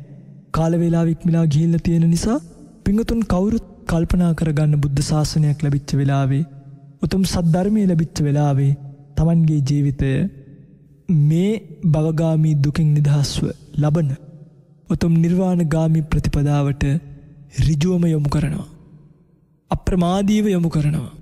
වහවහ යොමු කරනවා. මේ කෙලස් තවන වීරියෙන් යුක්තව අප්‍රමාද භාවයට පත් වෙලා මේ භව දුක් නිවාගෙන මේ ජීවිතයේදී උතුම් චතුරාර්ය සත්‍ය ධර්මාබෝධය කරගෙන උතුම් නිවනින් නිවෙනවා කියලා කවුරුත් සාදු කියලා ප්‍රාර්ථනාවක් ඇති කරගන්න. අද දවසේ මේ පින්වතුන්ලට මේ සූත්‍ර ධර්ම දේශනාව දේශනා කළේ මජ්ක්‍ධිම නිකායේ තියෙන කායගත සති සූත්‍රය කියන සූත්‍ර ධර්මය අසුරු නිසුරු කරගෙන අද දවසේ මේ පින්වතුන්ලට මේ වගේ වටිනා සූත්‍ර ධර්මයක් ශ්‍රවණය කරන්නට ලංකාවාසී ලෝකවාසී බොහෝ දෙනෙක්ට නැවත නැවත ශ්‍රවණය කරන්නට අවකාශය සලසා දෙමින් මේ උතුම් ධර්ම දේශනාවට දායකත්වයේගෙන කටයුතු කරන බව සිහිපත් කරලා තියෙනවා. නම්බර 224න් 1 දඹහේන පාර මහරගම ලිපිනෙහි පදිංචි නිලූෂි ගමගේ දියණිය සහ විරාජ් සේනානායක පුතුණුවන් විසින් අරමුණු වශයෙන් සිහිපත් කරලා තියෙනවා 2020 පෙබරවාරි 11 වෙනි දිනට උපන්දිනය යෙදෙන නන්දනී ඉලේපිරුම ආදරණීය මෑණියන්ට උතුම් චතුරාර්ය සත්‍ය ධර්ම අවබෝධය වීම පිණිස මේ ධර්ම දේශනාවෙන් රැස් වෙන සියලු කුසල් හේතු වේවා කියලා ප්‍රාර්ථනාවක් කරගෙන තියෙනවා. ඒ වගේම ඔවුන්ගේ පවුල්වල සියලුම දෙනාටත් ලක්වාසී ලෝකවාසී සියලුම දෙනාටත් උතුම් චතුරාර්ය සත්‍ය ධර්ම අවබෝධය පිණිස මේ කුසල් හේතු වේවා කියලා කවුරුත් ප්‍රාර්ථනාවක් ඇති කරගන්න. නමින් මිය පරලොව යන්නට යෙදුණු සියලුම ඥාතීන්ට මෙපින් අනුමෝදන් වේවා කියලා ප්‍රාර්ථනා කරලා තියෙනවා. මේ ජීවිතේ විතරක් නෙමෙයි සංසාර ජීවිතේම ළඟින් ඉඳලා මිය පරලොව යන්නට යෙදුණු සියලුම ඥාතීන්ට මේ පින් අනුමෝදන් වේවා. සංසාර ජීවිතය සුවපත් භාවයට පත් වේවා. ඉක්මන් භවයකම උතුම් නිවනින් නිවීමට මේ කුසල් හේතු වේවා. වාසනාව වේවා කියලා කවුරුත් ප්‍රාර්ථනාවක් ඇති කරගන්න. පින්වත් ඔබට ආශිර්වාද කරනවා පුණ්‍යානුමෝදනා කරනවා මේ ගෞතම සම්බුද්ධ ශාසනයෙම සීල සමාධි ප්‍රඥා ගුණ වඩා ගන්නට අවශ්‍ය කරන කායික මානසික නිදුක් නිරෝගී චිරජීවනයේ ලැබේවා. නන්දනී ඉලේපිරුම ආදරණීය මෑණියන් වගේම මේ ධර්ම දේශනාවේ දායකත්වයේ රැගෙන කටයුතු කර හැම සියලු දෙනෙක්ටමත් අද දවසේ මේ ධර්ම දේශනාව ශ්‍රවණය කළ සියලුම දෙනාටමත් මේ උතුම් කුසල් මේ ගෞතම සම්බුද්ධ ශාසනයේම සීල සමාධි ප්‍රඥා ගුණ වඩා ගන්නට භව දුක් නිමා කරගෙන ලබන උතුම් නිර්වාණ ධාතුවෙන් සුවසේම නිවෙන්නටත් සුඛ පාරමිතාවක් බවට පත් අනුමෝදන් වේවා. පාරමී දම් පිරේවා කියලා කවුරුත් සාදු කියලා ප්‍රාර්ථනාවක් ඇති කරගන්න. වෙහෙර විහාර ගම්දනව වන සෙනසුන් ආරක්ෂා කරන අල්පේශාක්‍ය මහේශාක්‍ය සියලුම සම්‍යක් දෘෂ්ටික දෙවි දේවතාවුන් වහන්සේලාට මෙපින් අනුමෝදන් වේවා. සංසාර ජීවිතය සුවපත් භාවයට පත් කරගනිත්වා. දෙව්ලොව සුවපත් භාවයට පත් වේවා. ප්‍රාර්ථනීය බෝධියකින් උතුම් නිවනින් සුවසේම නිවේවා කියලා කවුරුත් සාදු කියලා ප්‍රාර්ථනාවක් ඇති කරගන්න. දෙවියන්ට පින් අනුමෝදන් කරන්න ගාථා කියන්න. ආකාසට්ඨා ච බුම්මට්ඨා දේවා නාග මහිද්దికා පුඤ්ඤන්තං අනුමෝදිත්වා චිරං රක්ඛන්තු ශාසනං. ආකාසට්ඨා ච බුම්මට්ඨා දේවා නාග මහිද්దికා පුඤ්ඤන්තං අනුමෝදිත්වා චිරං රක්ඛන්තු දේශනං. ආකාසට්ඨා ච බුම්මට්ඨා දේවා නාග මහිද්దికා පුඤ්ඤන්තං අනුමෝදිත්වා චිරං රක්ඛන්තු මං පරන්ති. ඉරිදා සිද්නි තසපුව ධර්ම දේශනාවයි එලෙස නිමාවට පත් වුණේ. නැවතත් මම ධර්ම දේශනාව නිමාවන මොහොතේ සිහිපත් කරන්නට ඕන. පෙබරවාරි 26 වෙනිදා පැවැත්වෙන පින්කම පිළිබඳව ඔබ ඊයේ දවසේදීත් සිද්නි තසපුව ශ්‍රවණය කළා නම් මේ පිළිබඳ දැනුවත් ශ්‍රවණය කරපු නැති අයට අද දැනගන්න පුළුවන්කම ලැබෙනවා. වගේම මේ කාරණා පිළිබඳ කොහෙත්ම දන්නේ නැති අයට දැනුවත් කිරීමටත් ඔබට අපි ආරාධනා කරනවා.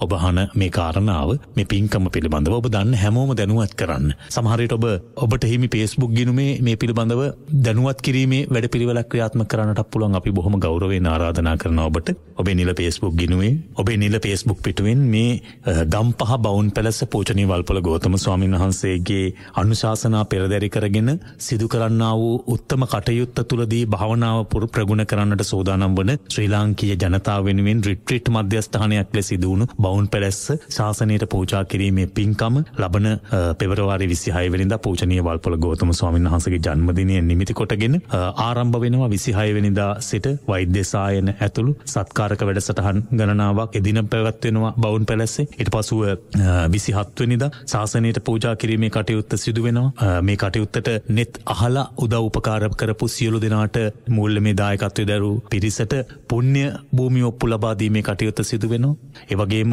28 වෙනිදා උදෑසන සිට මාර්තු 1 වෙනිදා දක්වා නෙල්ලිගල ජාත්‍යන්තර බෞද්ධ මධ්‍යස්ථානයේ සිට ගෞරව හරසරින් වඩමවන බුදුරජාණන් වහන්සේගේ කේශ ධාතුන් වහන්සේලා, සර්වඥ ධාතුන් වහන්සේලා, මහරහත් ධාතුන් වහන්සේලා වැඳ පුදා ගන්නට අපේ ශ්‍රාවකයන්ට අවස්ථාව ලැබෙනවා. ඊට සමගාමීව විශේෂයෙන්ම සෙනසුරාදා සිද්නි තසපුව වල්පොල ගෞතම ස්වාමීන් වහන්සේ සිදු කරන, ඉරිදා උදෑසන මෙත්නෙත් පාමුල කැටවල හේමාලෝකනායක හාමුදුරුවන් සිදු කරන සහ ඉරිදා රාත්‍රියේ පූජනීය කිරුළපන ධම්මවිජය ස්වාමීන් වහන්සේ සිදු කරන සිද්නි තසපුව වැඩසටහන් 29 පළවෙනිදා කියන දවස් දෙකේ සෙනසුරාදා ඉරිදා කියන දවස් දෙකේ බවුන් පැලැස්සේදී පැවැත්වීමට කටයුතු සූදානම් කරලා තිබෙන්නේ. ඒ නිසා සජීවී වැඩසටහනුත් දැක බලා ගන්න, වැඳ පුදා ගන්න සහ ඒ ශ්‍රවණය කරන්නට ලැබෙන අවස්ථාවක් නිසා මේ පින් කටයුතු වලට දායක වෙන්න, එකතු වෙන්න ඔබට ආරාධනා කරමින් අපි අද දවසේ ධර්මානුශාසනාව සිදු කරපු ඉරිදා සිට්නෙත් අසපුවේ ගරු දේශකයාණන් වහන්සේ පදවි ශ්‍රීපුර ලස්සනගම වනසේනාසනාධිකාරී අභිධර්ම විශාරද ත්‍රිපිටකාචාර්ය කම්මට්ටානාචාර්ය පූජනීය කිරුළපන ධම්මවිජය ස්වාමීන් වහන්සේට නිදුක් නිරෝගී දීර්ඝායුෂ උතුම් වූ ධර්මාවබෝධය ප්‍රාර්ථනා කරමින් සිට්නෙත් අසපුවේ ධර්ම දේශනාව නිමවට පත් කරනවා. ඉන්පසු එළඹෙන ධර්ම සාකච්ඡාවේදී තවත් මහානීය පින්කමක් සිදු වෙනවා. ඒ උතුම් පින්කම පිළිබඳව දැනුවත් කරන්නට අපි බලාපොරොත්තු වෙනවා. අපි කෙටි විරාමයක් සඳහා යමු වෙනවා.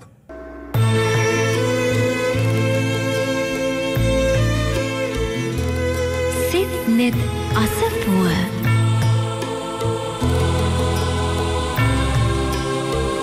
සංගානුභාවයෙන් සංගායනාවට කාලයයි.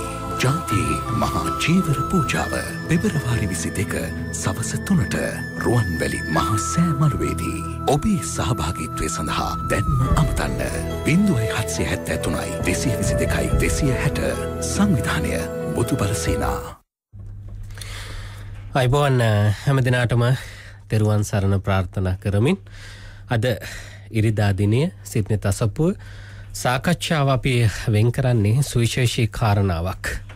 අපි දන්නවා එදා රජවරුන්ගේ සිට මැති ඇමතිවරුන්, සිටුවරුන් සහ වර්තමානයේදී අපේ රණවිරුවන් මේ රට රැකගන්න ජීවිත පරිත්‍යාගයෙන් කටයුතු කළා.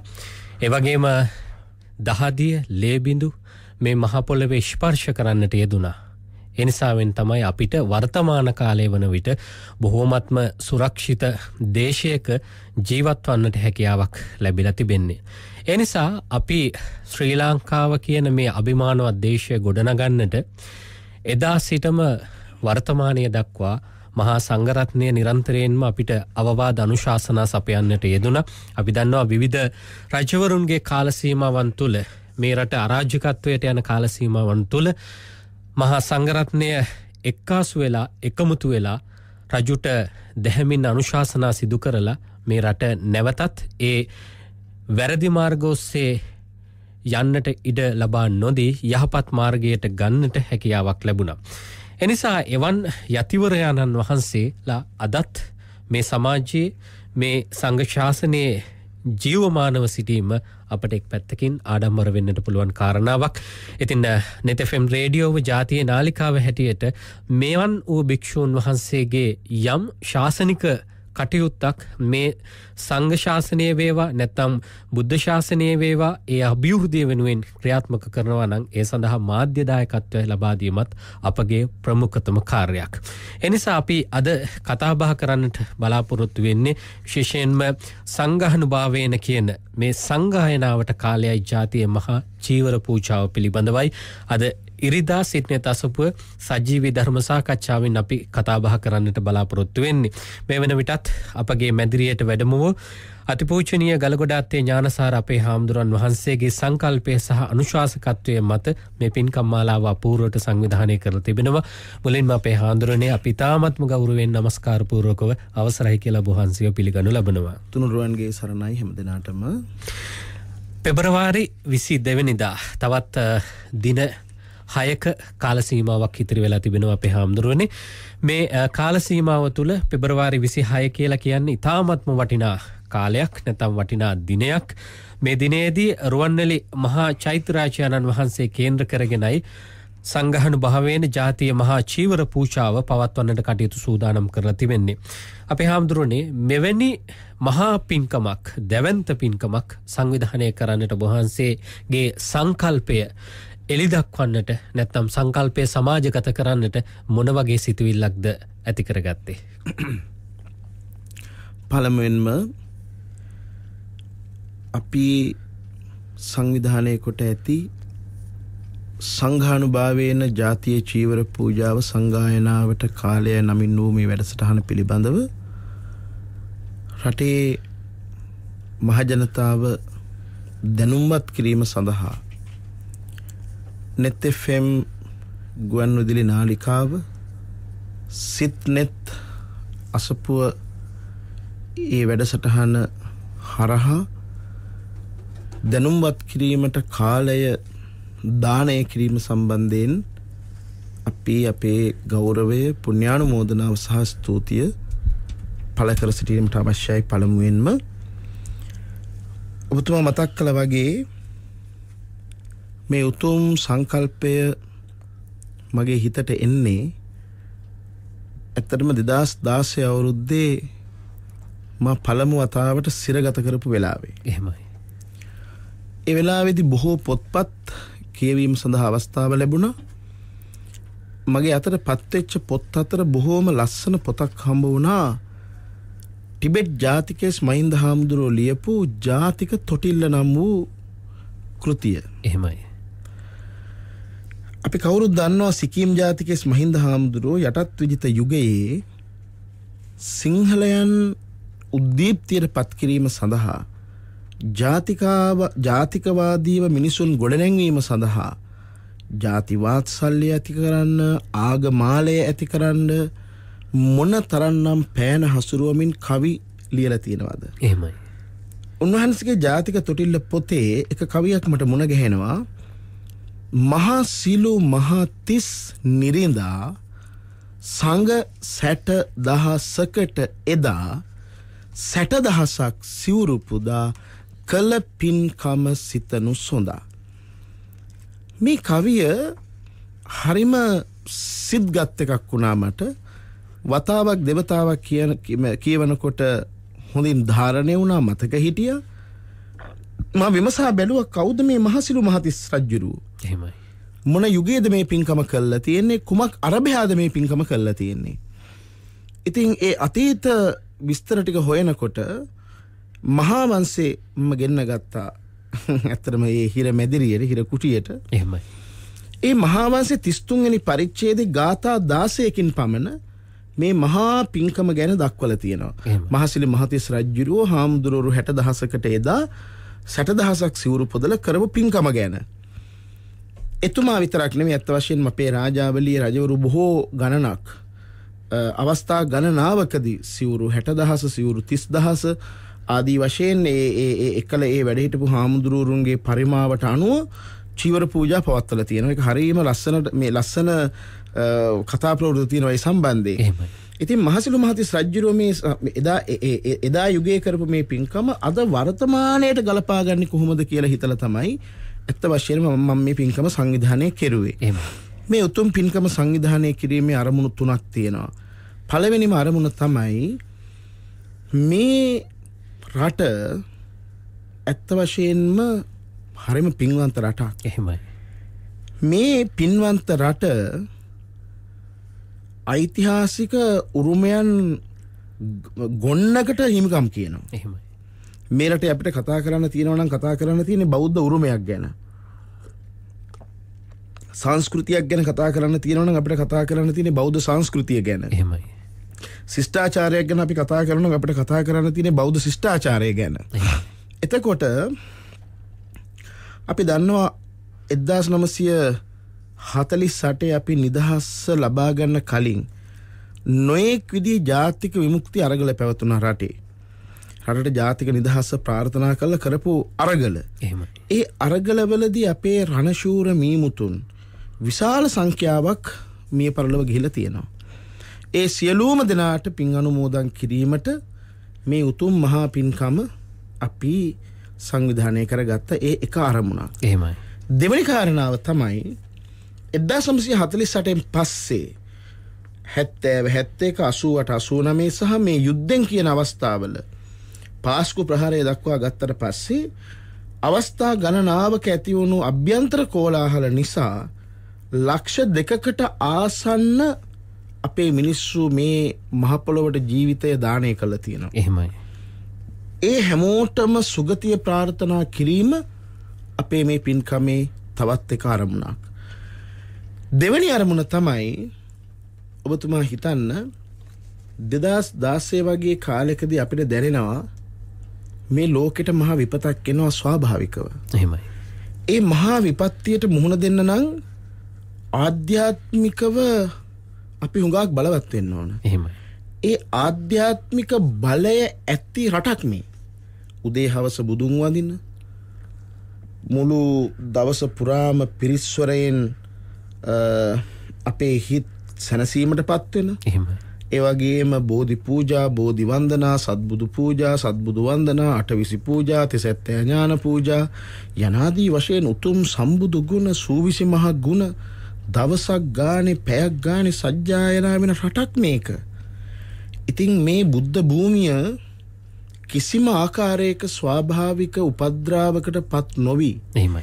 කිසිම ආකාරයක ස්වාභාවික විපතක් නැතුව මේ රටේ හැම ගහකම මල් පිපිලා, හැම ගහක්ම පළ දරලා, හැම ගෙදරකම බත ඉදිලා මේ දුගී භාවයෙන් තොර වුණු, සස්ත්‍රීකත්වයට පත් වුණු හැම මුවගටම හිනහමල් කැන්දන්න පුළුවන් විදිහේ පරිසරයක් උදා වේවා කියලා සාදුනාද 60000ක් පවත්තලා චීවර 60000ක් ද්‍රෝණයක් පමණ ධාතුන් වහන්සේලා වැඩ ඉන්න මහසෑ රදානන් වහන්සේට පූජා කළා.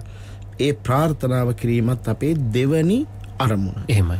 තුන්වෙනි එක තමයි අපි බලාපොරොත්තු වෙනවා, ඔබතුමා මුලින් මතක් කළා වගේ මේ සංගායනාවට කාලයයි කියලා කොටසක් කියවුණානේ. එහෙමයි.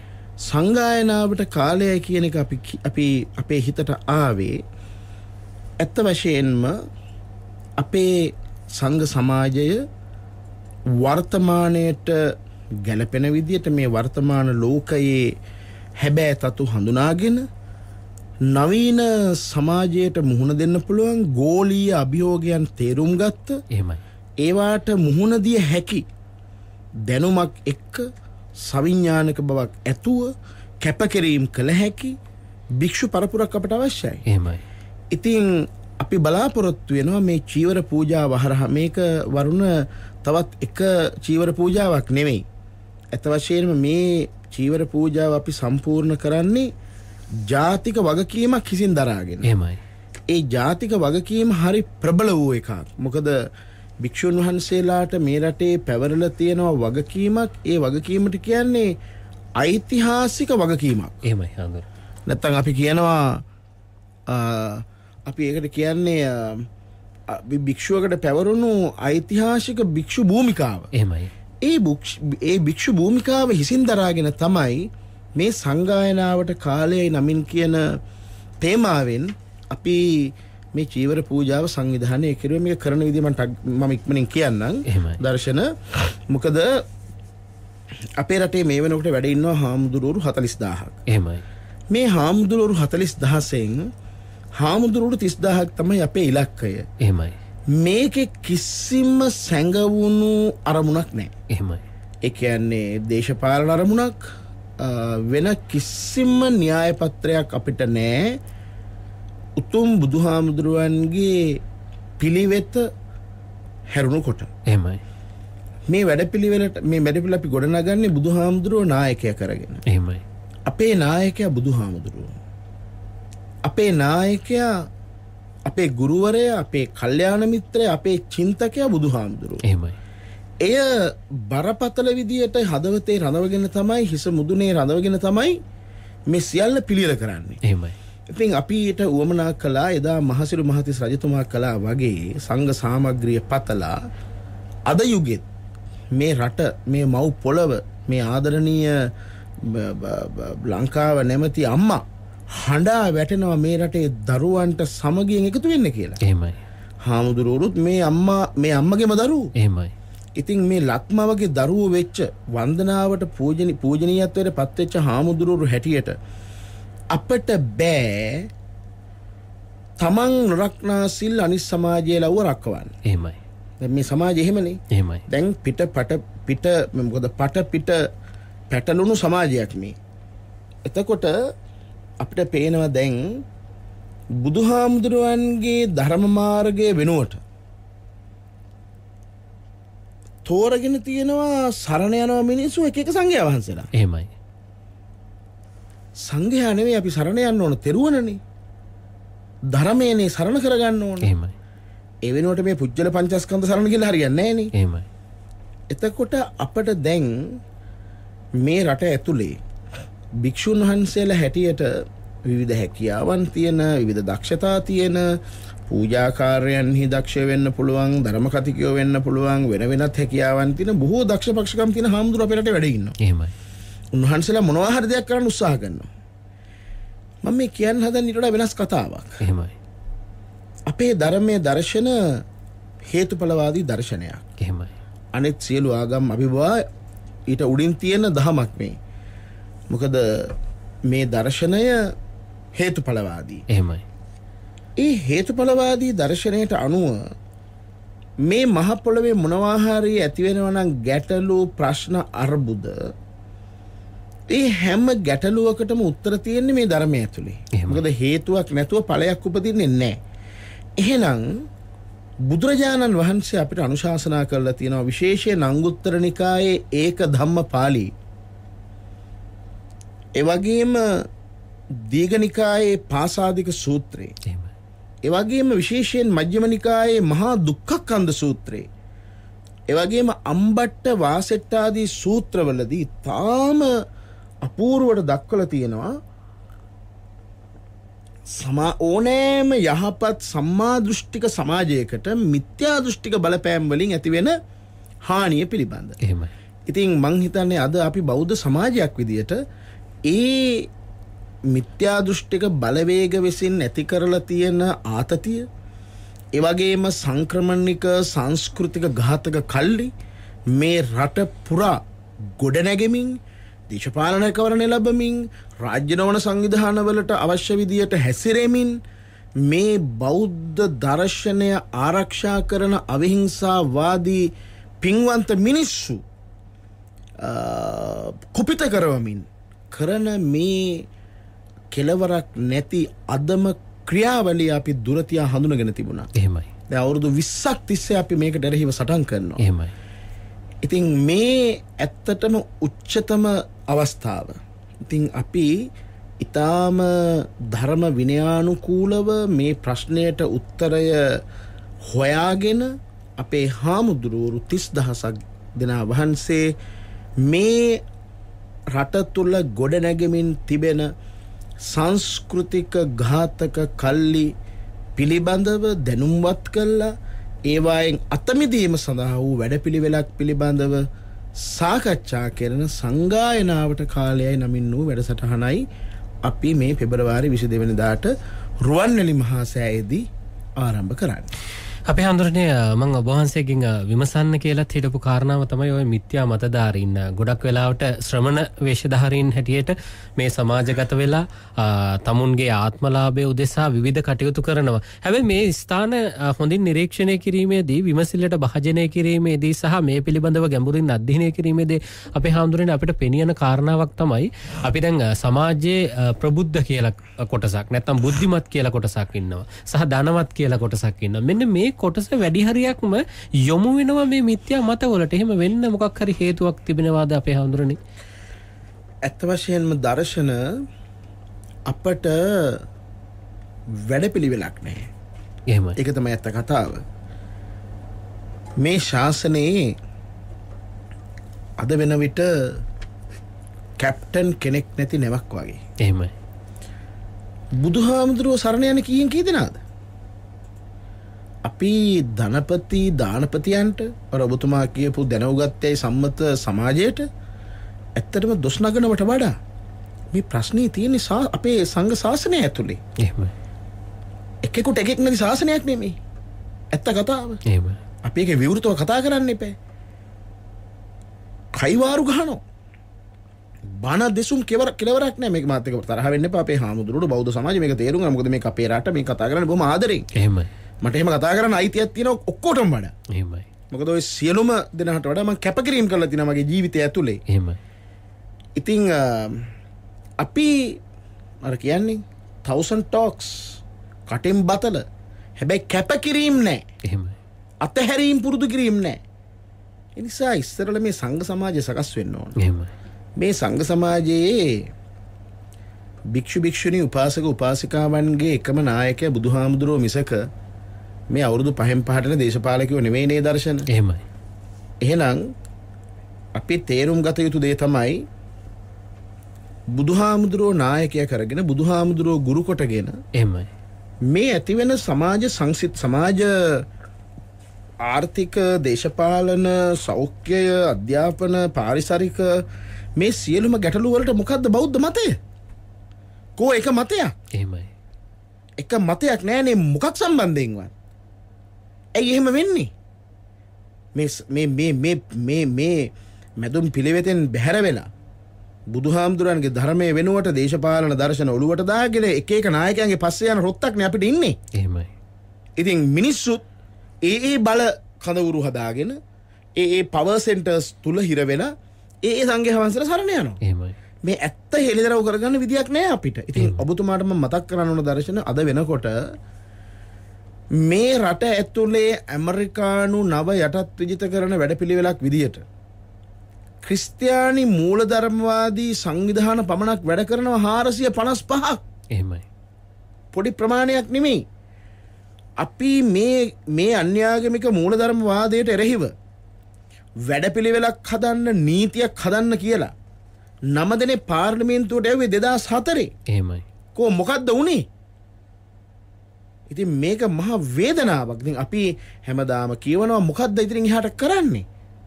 දේශපාලන බලයක් අපිට නැත්තම්, ආණ්ඩු බලයක් අපිට නැත්තම්, මාධ්‍ය වලින් මාධ්‍ය සාකච්ඡා කර බණ කියා දැනුම්වත් කරන සාමාන්‍ය මිනිහට මේක කිව්වයි කියලා සාමාන්‍ය මිනිහ මේක දන්නෝ.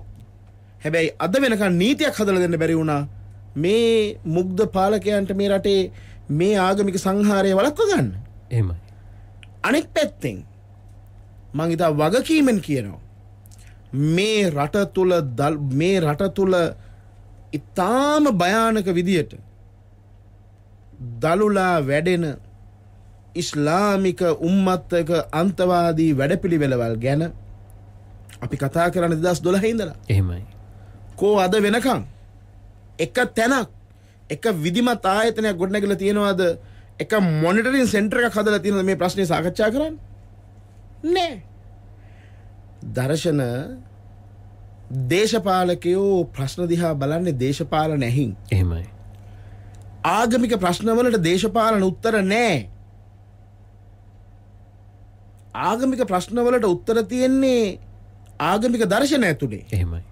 ඒකට හොඳම උදාහරණය තමයි මිගිට්ටුවත්තේ ගුණානන්ද හාමුදුරන්ගේ පංචමහා වාදය.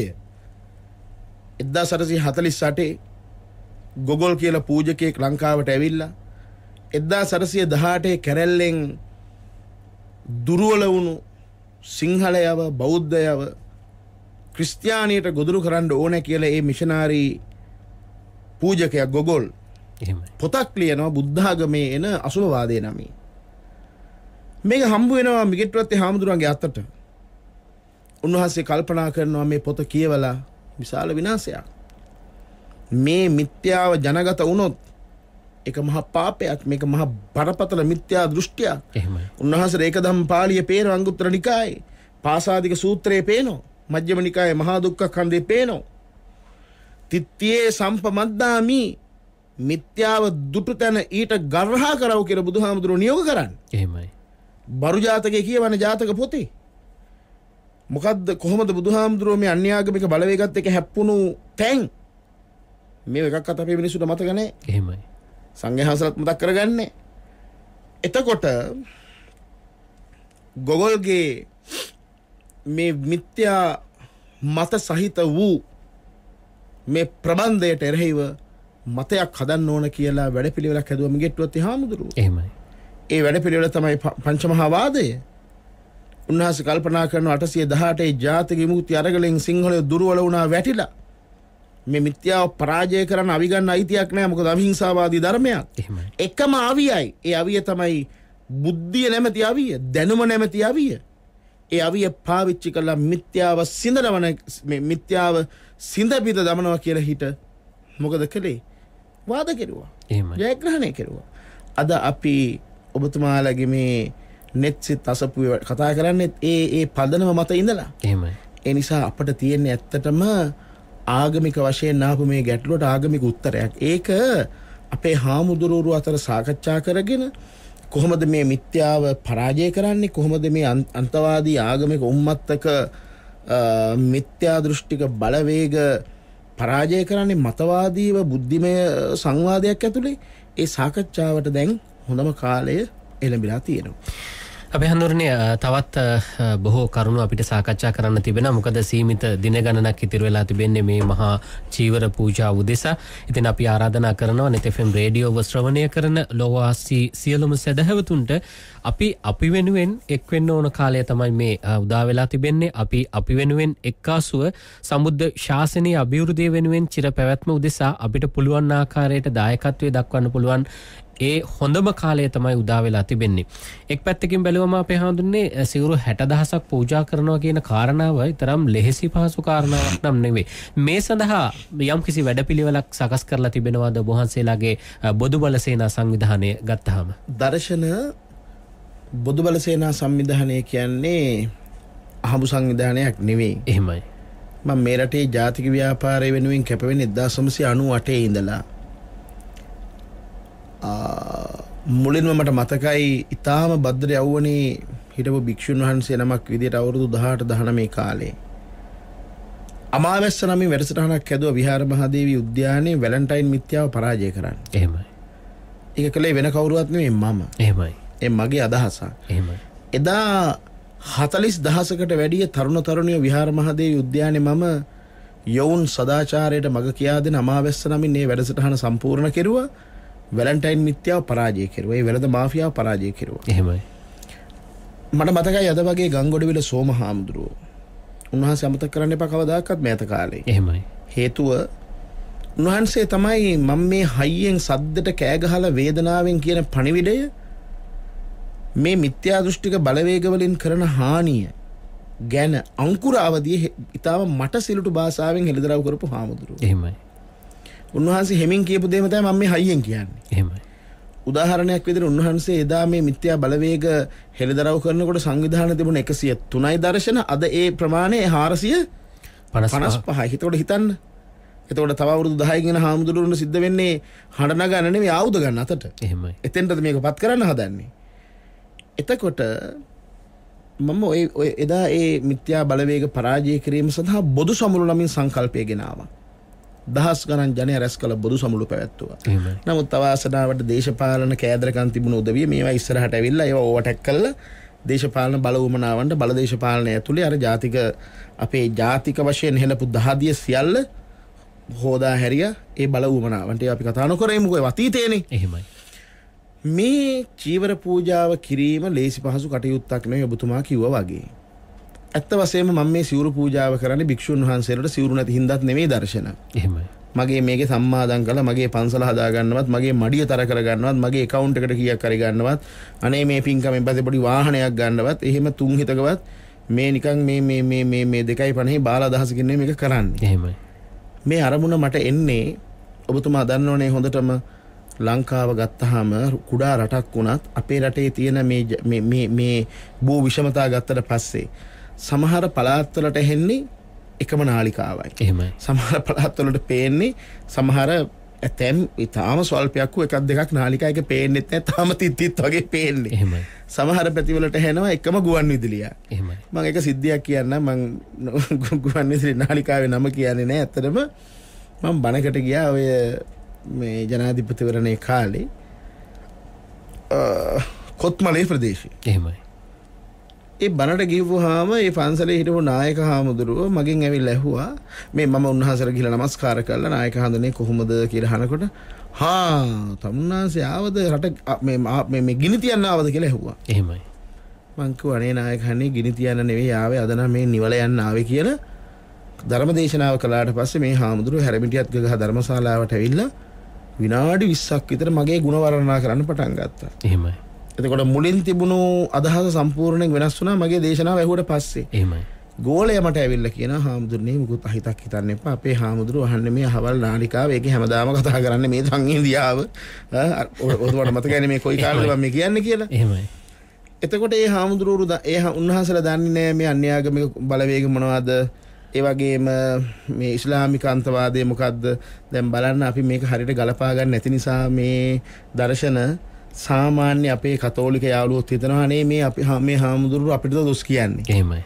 ඒ වගේම අපිත් එක්ක එකට ගනුදෙනු කරගෙන හිනහ වෙලා සමහර එක කාර්යාලය ඇතුලේ එක මේ shopping mall වල එහෙම නැත්නම් වෙනත් ආයතන වල වැඩ කරන අපේම ස්වදේශික සාම්ප්‍රදායික පාරම්පරික මධ්‍යස්ථ මුස්ලිම් මිනිස්සු හිතනවා අනේ ඇයි මේ අපි මෙච්චර හොඳ ඉඳලා අපටද මේ ගහන්නේ. එහෙමයි. මේක තමයි අවුල. අපි අපේ රටේ සාම්ප්‍රදායික කතෝලික සමාජය ආරක්ෂා කරගන්න ඕන. ස්වදේශික සාම්ප්‍රදායික පාරම්පරික මධ්‍යස්ථ මුස්ලිම් සමාජය අපි ආරක්ෂා කරගන්න ඕන. මේ සමාජ දෙකම වෙලාගෙන තියෙන අන්තවාදී ඉවැන්ජලිකල් මූලධර්මවාදී උම්මත්තක සංස්කෘතික සංක්‍රමණික ඒ සංස්කෘතික ඝාතක කල්ලි අපි හඳුනා ගන්න ඕනේ. ඒක හඳුනා ගැනීම වෙනුවෙන් වූ වැඩපිළිවෙලක් අපි මේ චීවර පූජාව ඇතුළේ ගොඩ නැගුවා. මගේ අරමුණ තිබුණේ ඇත්තටම 60000ක් තරුණ තරුණිය රුවන්වැලිසෑයට කැඳවන්න. එහෙමයි. නමුත් අවාසනාවකට මම එක වතාවක් නෙමෙයි 3 වතාවකම හිරේ දැම්මා. එහෙමයි. ඉතින් එතකොට මගේ මේ අරමුණ ටිකක් ඈතට ගියා.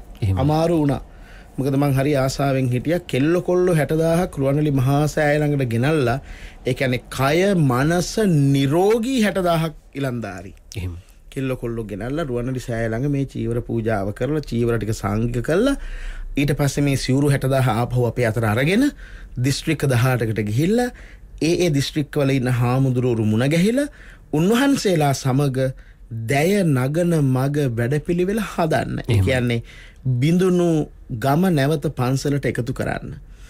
ඒ වගේම හාමුදුරුවෝ කොහොමද නැවත ගමේ ප්‍රජානායකයා විදියට ආධ්‍යාත්මික නායකයා විදියට සවි බල ගන්නන්නේ කොහොමද? දැන් මේ පහුගිය කාලේ දර්ශන අපි අමතක කරන්න හොඳ නෑ. මේ නොඑක් විදිය රාජ්‍ය නොවන සංවිධාන වලින් ඇති කරපු බලපෑම නිසා ගමේ පන්සලේ හාමුදුරුවන් විහාරාධිපති හාමුදුරුවන්ගේ අනුශාසකත්වයෙන් නායකත්වයෙන් රැස්වුණු ගොවි සමිතිය ප්‍රජාශාලාවට ගෙනිච්චා. එහෙමයි. හාමුදුරුවන්ගේ සිවුරේ දැවටි ඒ හාමුදුරුවන්ගේ ආදරය කරුණාව ලැබමින් හිටපු මේ පුංචි දරු පැටවුන්ගේ ලදරු පාසල ප්‍රජාශාලාවට ගෙනිච්චා. එහෙමයි. එහෙම තමයි මේ ධර්මයෙන් මේ සංස්කෘතිය මිනිස්සු ඈත් කරේ. ඉතින් අපි මේවා ගැන කතා කරන්න ඕන. දැන් කවුරුත් තාම කතා කරන්නේ නැහැ නේ දර්ශන. මේ ඔක්කොම මැති ඇමතිවරුයි ඔය සංඝයාහන්සලා බොහෝ දෙනෙකුයි කතා කරනවා වහබ්වාදේ. හැබැයි ඒගොල්ලෝ කවුරුත් කතා කරන්නේ සලෆිවාදේ. එහෙමයි. ඒගොල්ලෝ කවුරුත් කතා කරන්නේ ඉහ්වාන් මුස්ලිම්. ඒගොල්ලෝ කවුරුත් කතා කරන්නේ ජමාතේ ඉස්ලාම්. එහෙමයි. ඒගොල්ලෝ කවුරුත් කතා කරන්නේ තව්හීද්. ඉතින් මේවා ගැන අපේ හාමුදුරුවරුන්ට යම්කිසි ආකාරයක දැනුම්වත් භාවයක් ඇති කරන්න ඕන. එහෙම නැතුව අපට මේ ආතතිය බැහැර කරගන්න බෑ. එහෙමයි. ඒ අරමුණින් තමයි මේ සිවුරු පූජාව සංවිධානය වෙන්නේ. මේ කවුරුත් එක්කවත් ගහ ගන්නවත් බැන ගන්නවත් මරා ගන්නවත් මේ ඇත්ත ඇති සැටියෙන් දැකලා සමාජ ඒකාබද්ධතාවය අපි දැන් හදා ගන්න ඕනේ. දැන් අපිට රටට නායකයෙක් ඉන්නවා. එතකොට අපිට විශ්වාසයක් තියෙනවා රටේ ජාතික ආරක්ෂාව තහවුරු කරන්න පුළුවන් කණ්ඩායමක් බලේ ඉන්නවා කියලා. එහෙමයි. එතකොට දැන් අපි හාමුදුරුවෝ විදියට අපේ භූමිකාව හොයාගෙන යනවා මිසක දැන් අපි රටේ වටේ හුළුවතුපත්තු කරන්න ඕනේ නැහැ. එහෙමයි. දැන් අපි අපේ බණ කලාව ඉඳලා වෙනස් කරගෙන ඒ කියන්නේ පොසිටිව් බණ කියන්න ඕනේ මිනිස්සුන්ට. එහෙමයි. පොසිටිව් බණ කියලා ධනාත්මක චින්තනය ඇති කරලා අපේ ගම්බිම්වල පන්සල ප්‍රජා සංවර්ධන මධ්‍යස්ථානයක් බවට පත් කරගෙන මේ දැය නගන මග දැන් අපි හදන්න ඕනේ. ඒකට අපි හාමුදුරුවන්ට අපි කැපකිරීම කරන්න ඕනේ. එහෙමයි. ඒ වැඩපිළිවෙල තමයි මේ සිවුරු පූජාව ඇතුලේ අපි ඇත්ත වශයෙන්ම සාකච්ඡා කිරීමට බලාපොරොත්තු වෙන්නේ. පෙබරවාරියේ 22 වෙනිදා සෙනසුරාදා පස්වරු 3 සිට රාත්‍රී 8 දක්වා මේ මහා චීවර පූජාව රුවන්වැලි සෑ පින්බිමේ තමයි පැවැත්වෙන්නේ. අපේ හැමදෙරනේ ඔබ වහන්සේට තිබ්බ ඕන නම් වෙනත් ස්ථානයක් මේ සඳහා තෝරා ගන්න. හැබැයි ඔබ වහන්සේ තෝරාගත්තේ ද්‍රෝණයක් සර්වජ්‍ය ධාතුන් වහන්සේ වැඩ සිටින දිනපතා ලක්ෂ සංඛ්‍යාත සදහැවතුන් වන්දනාමාන කරන පුද පූජා ගෞරව සත්කාර සම්මාදමට පාත්‍ර වන පූජනීයම පින්බිම මේ ස්ථානයේ තෝරා ගැනීමේ යම්කිසි හේතුවක් තිබෙනවද? ඇත්ත වශයෙන්ම හේතුවක් තියෙනවා දර්ශන. දැන් ඔබතුමා ඔය අවශ්‍ය කරුණු ටික මුලින් කිව්ව නිසා මම ඒකට ආපහු මේ ද්‍රෝණයක් ධාතුන් වහන්සේලා රුවන්වැලි සෑගෙන ඕන තරම් ඔබතුමාලා වැඩසටහන් කරලා තියෙනවා. අපි අහලා තියෙනවා. ඒකට මම කාලය ගන්නෙ නැහැ. අවුරුදු 44ක් මේ රට කරවපු එළාර රජුරුවෝ පරාජය කළා. රට එක්සේසත් කෙරුව දුටුගැමුණු මහරජතුමා. එතකොට ඒ දුට්ටගාමිනී අබේ රජුරෝ අවුරුදු 44ක් මේ රට අල්ලගෙන හිටපු එලාරව පරාජය කළා මුළු රටම එක්සේසත් කෙරුවා. ඒ එක්සේසත් කළාට පස්සේ ජනතාව තුළ ඇති වුණු දේශප්‍රේමී හැඟීම් එහෙමයි. ඒ වගේම අපි කියනවා දේශ වාත්සල්‍යය, දේශ මාමකත්වය, ආගමාලය මේ හැඟීම් ඔක්කොම උද්දීප්තියට පත් කිරීමට කරපු වැඩපිළිවෙලක නිමාව තමයි ස්වර්ණමාලි මහසෑය. එහෙමයි. මොකද එදා ඒ ජාතික ආවේගයෙන් දේශප්‍රේමයෙන් ඇලලී ගිය මිනිස්සු දැන් ඔබතුමාට පේනවා ඇතිනේ අද අන්තර්ජාලය ගත්තත් අනිත් මාධ්‍ය භාවිතාවන් සමහරවිට ගත්තත් මේ අපේ ඇතමුන්ගේ ක්‍රියාකාරකම් බලපුවාම සමහරවිට මේ පොඩි ජයග්‍රහණයන් නිසා දැන් ඔබතුමා බලන්නකෝ කවුරු හරි මොනවා හරි පොඩි දෙයක් කරපු ගමන් එක රයින් වීරත්වයට පත් වෙනවනේ. එහෙමයි. ඇයි එහෙම වෙන්නේ? මේ සමාජයේ වීරය හොයනවා. එහෙමයි. ඒ කියන්නේ මිත්‍යාවෙන් වැහිලා මේ දේශපාලන ක්‍රමය මේ සමාජ ක්‍රමය පිළිකුල් මිනිස්සුන්ට. ඒකේ කවුරු හරි මතු වෙනවා නම් ක්ෂණයකින් හරි හැමෝම මේක වැළඳ ගන්නවා. එතකොට හිතන්නකෝ දුටුගැමුණු මහරජුරු අවුරුදු 44ක් පීඩණයෙන් පත් වෙලා හිටපු මිනිස්සු බේරගත්තට පස්සේ කොහොම ජාතික ආවේගයක් ඇති වෙන්නේ නැද්ද කියලා. එහෙමයි. එතකොට ඒ ඇති වුණු ජාතික ආවේගය වෙනත් විදියකට පාවිච්චි කළා නම් ඇති වෙන්නේ ලේහැලීමක්. එහෙමයි. පටන් ගත්ත රුවන්වැලි සෑය හදන්න. මේ තැන තෝරා ගන්නෙම මේ ජාතිය එක කුටුම්බයකට එක අපි කියන්නේ එක මතයකට එක අරමුණකට එක පිළිවෙතකට ගොනු කරන්න පුළුවන් අධිෂ්ඨානය ඇති කරගත හැකි හොඳම තැන කියලායි මගේ විශ්වාසය. ඒ නිසා තමයි අත් වශයෙන්ම මේ උතුම් පුණ්‍ය භූමිය තෝරගත්තේ. එහෙමයි. අපේ හඳුරන්නේ ඔබ වහන්සේ අපි දන්නවා අපි net FM රේඩියෝ ගත්තත් අවුරුදු 14ක කාල සීමාවක් කියන්නේ දීර්ඝ ඉතිහාසයක්. අපේ ආගමික වැඩසටහන් විකාශය කිරීමේදී මට හොඳටම මතකයි අපි ලදරු අවදියේ ඒ කියන්නේ net FM රේඩියෝවේ ලදරු අවදියේ ඔබ වහන්සේගේ මధుර මනෝහර හඬින් බුද්ධානුස්සතිය CD පටයක් අපාතට ලැබෙනවා. ඔබ වහන්සේ ඉතාමත්ම සතුටින් අපිට පරිත්‍යාග කරනවා. ඒ විකාශය කරන net FM රේඩියෝ ලක්ෂ සංඛ්‍යාත සදහැවතුන් සමහර විට අපේ රටේ නෙවෙයි පිට රටේ ඉඳලා රැකියාවල් වල කරන උදවිය පවා කතා බහ කරලා කවුද මේ හඬ කියන හඬ හොයනවා. ඒ හඬ ඔබ වහන්සේගේ කියලා දැනගත්තම සමහර විට ඇත්තමෙකුට විශ්වාස කරන්නත් බැරි තරම්. මොකද ඔබ වහන්සේ වර්තමානයේදී අපේ හාමුදුරනේ අපි දන්නවා ගොඩක් වෙලාවට දැන් ඔබ වහන්සේ මේ සාකච්ඡාව කරන ආරම්භයේදීම ඔබ වහන්සේ සඳහන් කරපු කාරණාව පහදා දුන්න කාරණාවක් තමයි සිරගත වෙලා ඉන්න අවස්ථාවක කියවන ලද ඒ පොතපත ආශ්‍රය කරන ලද තිබූ ඒ සිතට දැනුණු සිතුවිල්ල තමයි මේ ප්‍රායෝගිකව ක්‍රියාත්මක කරන්න සූදානම් වෙන්නේ. හැබැයි වර්තමානයේ අපි දකින කාරණාවක් තියෙනවා අපේ හාමුදුරනේ මේ තාක්ෂණයත් එක්ක නැත්නම් ස්මාර්ට් ජංගම දුරකථනත් එක්ක පොතපත කියවීම අඩු වෙලාදෝ කියන කාරණාව එක් පැත්තකින් තියෙනවා. ඉතිහාසය පිළිබඳව සොයන්නේ නැද්දෝ කියන කාරණාව තිබෙනවා. මෙන්න මේකත් මේ ශාසනික පරිහානියට යන ගමන් මගට හේතුවක් වෙන්න පුළුවන්ද? දර්ශන ඇත්ත වශයෙන්ම මත් මහාන වුණාට මිනිස්සෙක්නේ මේ සිවුරෙන් ශරීර කූඩුව වැහුණට මේ ශරීර කූඩුව ඇතුලේ කොච්චර ඉන්නවද සත්තු. එහෙමයි. නරක නපුරු ආවේග ඕනතරම් මේක ඇතුලේ හිර වෙලා තියෙනවා. මේ කාලේ ඒවා එලි දක්වන විදිය මං හිතන්නේ කිසිම ශික්ෂණයක් නැහැ. එහෙමයි. භික්ෂුන් වහන්සේලාත් අපි හැමෝම බහුතරයක් 95ක් කිව්වොත් නිවැරදි. බුදුහාමුදුරන්ගේ ධර්මයට අනුව අනුශෝතගාමී ගමනක යෙදෙන්නේ. එහෙමයි. ඒ කියන්නේ අපේ ධර්මයේ හම්බෙන බොහොම ලස්සන වචන දෙකක් අනුශෝතගාමී සහ පටිශෝතගාමී. එහෙමයි. දැන් බුදුවරයෙක් ලෝකෙට පහළ වීම ඇත්ත වශයෙන්ම මහා භාග්‍යයක් නේ. එහෙමයි. සුඛෝ බුද්ධානං උපාදෝ කියන්නේ කියන්නේ බුදුවරයෙකුගේ පහළ වීම සැපතකි. එහෙමයි. බුද්ධානුස්සතියෙන් අපි කරන්නේ ඇත්තටම බුදුහාමුදුරුවන්ට අපේ ජනයා සමීප කරවීමනේ. එහෙමයි. හැම ශ්‍රාවකයෙකුම උදේ හවස බුද්ධානුස්සතිය වඩන්න ඕනනේ. එහෙමයි. ඒ නිසානේ බලන්නකෝ ඉස්ලාමයේ අදහන මිනිස්සු දවසට 5 වේලක් යාඥා කරන්නේ ඇයි? කතෝලික සමාජයේ හැම ඉරිදටම පල්ලියට ගිහිල්ලා ඒ කියන්නේ මේ ආගම් කියලා කියන්නේ ටීචිං සහ ප්‍රැක්ටිසස් නේ. එහෙමයි. කතෝලිකාය බයිබලයට අනුව තමන්ගේ ජීවිත ගොඩනගනවා. එහෙමයි. ඉස්ලාමිකයන් තමන්ගේ කුරාණයට අනුව තමන්ගේ ආගමික භාවිතාවන් සහ න්‍යායන් ගොඩනගනවා. එහෙමයි. හින්දු අය භගවත් ගීතාවට අනුව අපි ත්‍රිපිටක ධර්මයට අනුව. එතකොට අපි ගත්තොත් බුදු කෙනෙක්ගේ ලොව පහළවීම මං කිව්වේ හරි වාසනාවක් හරි සැපතක් ඒ වගේම හරිම දුර්ලභ එකක්. එහෙමයි. මොකද ලෞතර බුද්ධත්වයේ කියන්නේ ආත්මභාව 100 ලක්ෂ ගණනකින් තමයි ලබන්නේ. එතකොට ඒ ආත්මභාව 100 ලක්ෂ ගණනකින් ආත්මභාව 100 ලක්ෂ ගණනක් ජීවිතේ මහා ගවේෂණයක යෙදිලා ලෞතර බුද්ධත්වයට පත්වෙන මහා කාරුණිකයන්න් වහන්සේ දේශනා කරනවා මම මේ උත්තම ධර්මය අවබෝධ කරගන්නේ අනුසෝතගාමී සමාජයක. එහෙමයි. ඒ කියන්නේ ඔක්කොම යන්නේ පල්ලෙහාට. එහෙමයි. අර මහා සැඩ පහරකට අහුවෙච්ච පිරිසක් වගේ මිනිස්සු එකම දිශාවකට ගලාගෙන යනවා. එහෙමයි. ඒතර බුදු කෙනෙක්ගේ ධර්මයේ සහ දර්ශනය වෙනත් එකක්. ඉතින් තමයි මේ පටිසෝතගාමී මාවත හම්බ වෙන්නේ.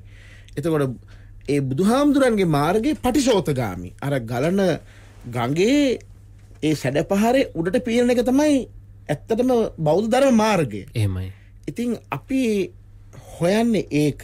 ඔබතුමා කියනවා වගේ දැන් ගිහි පැවිදි ભેදයකින් තොරව දැන් බලන්නකෝ අන්තර්ජාලයට ගියොත් මගේ අම්මේ ජාතික වීරයෝ ඉන්න තරම් ඒ වගේම ගිහි පැවිදි ભેදයකින් තොරව කන එකයි නාන එකයි කේක් කපන එකයි අතුගාන එකයි රෙදි හෝදන එකයි කකුල තුවාල වෙච්ච එකයි හෙම්බිරිස්සාවේ හැදිච්ච එකයි ගමනක් යන එකයි ෆ්ලයිට් එකේ යන එකයි මොකද්ද මේ සයිබ අවකාශයේ මොන තරම් දැනුම් ගබඩාවක් අපිට තියෙනවද එකතු කරගන්න. එහෙමයි.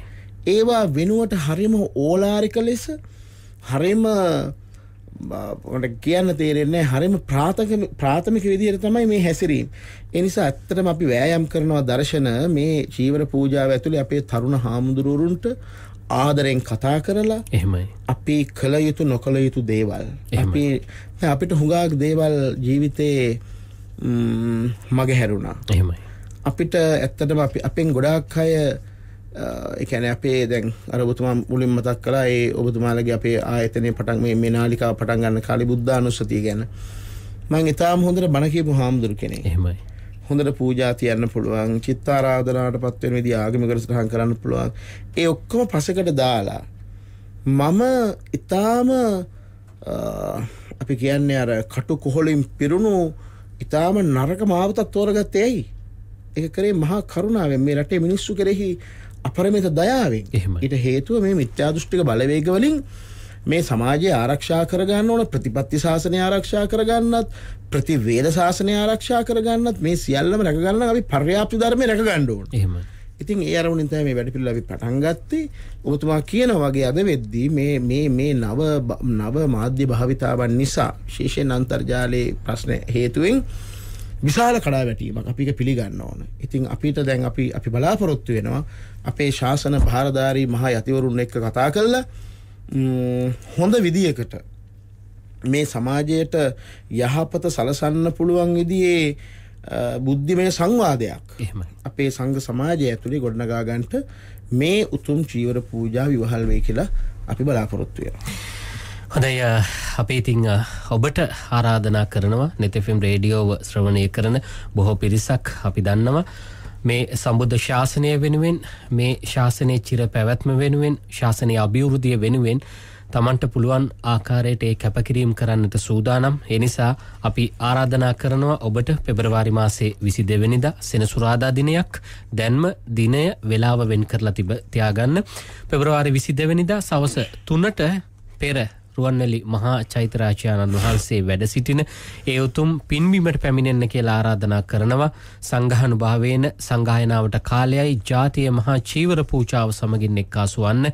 ඉතින් චීවර 60,000ක් පූජා කිරීමේ මේ උතුම් පින්කම් මාලාව පිළිබඳව ඔබේ නෙතින් දැකලා ඒ වගේම දෙසවනින් අහලා පින් සිත් උපදවාගෙන කුසල් වඩාගෙන ජීවිතය සුවපත් කරගන්නට පුළුවන් ආකාරයේ ඒ සියලුම පින්කම් මාලාව ඉතාමත්ම මනමින් සංවිධානය කර තිබෙනවා.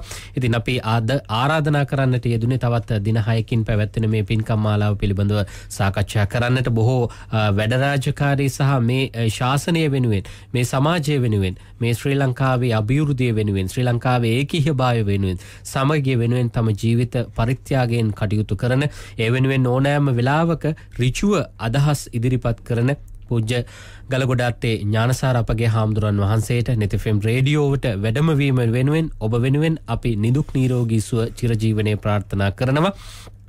මේ උතුම් පින්කම් මාලාව පිළිබඳව වැඩි විස්තර දැනගන්න පුළුවන් දුරකථන අංකය මතක් කරන්නම්. ඔබ සටහන් කරගන්න 0773 222 260 0773 222 260 කියන දුරකථන අංකයට කතා කරලා වැඩි විස්තර දැනගන්නට පුළුවන්. ඉතින් අපි ආරාධනා කරන්නේ අපි එක්වෙමු. අපි බෙදී වෙන්වි මේ රට ගොඩනගන්නට හැකියාවක් නැහැ. ඒ නිසා අපි හැමදෙනාම එක්කාසුව බෞද්ධ දර්ශනය තුල ගොඩනැගමු. මේ ලංකාව අපි අභිමානවින් ජීවත් වන රටක් බවට පත් කරන්නට, මේ සම්බුද්ධ ශාසනය සුරක්ෂිත ශාසනය බවට පත් කරන්නට මහා සංඝරත්නයේ හැටියට අත්වල බැඳගමු.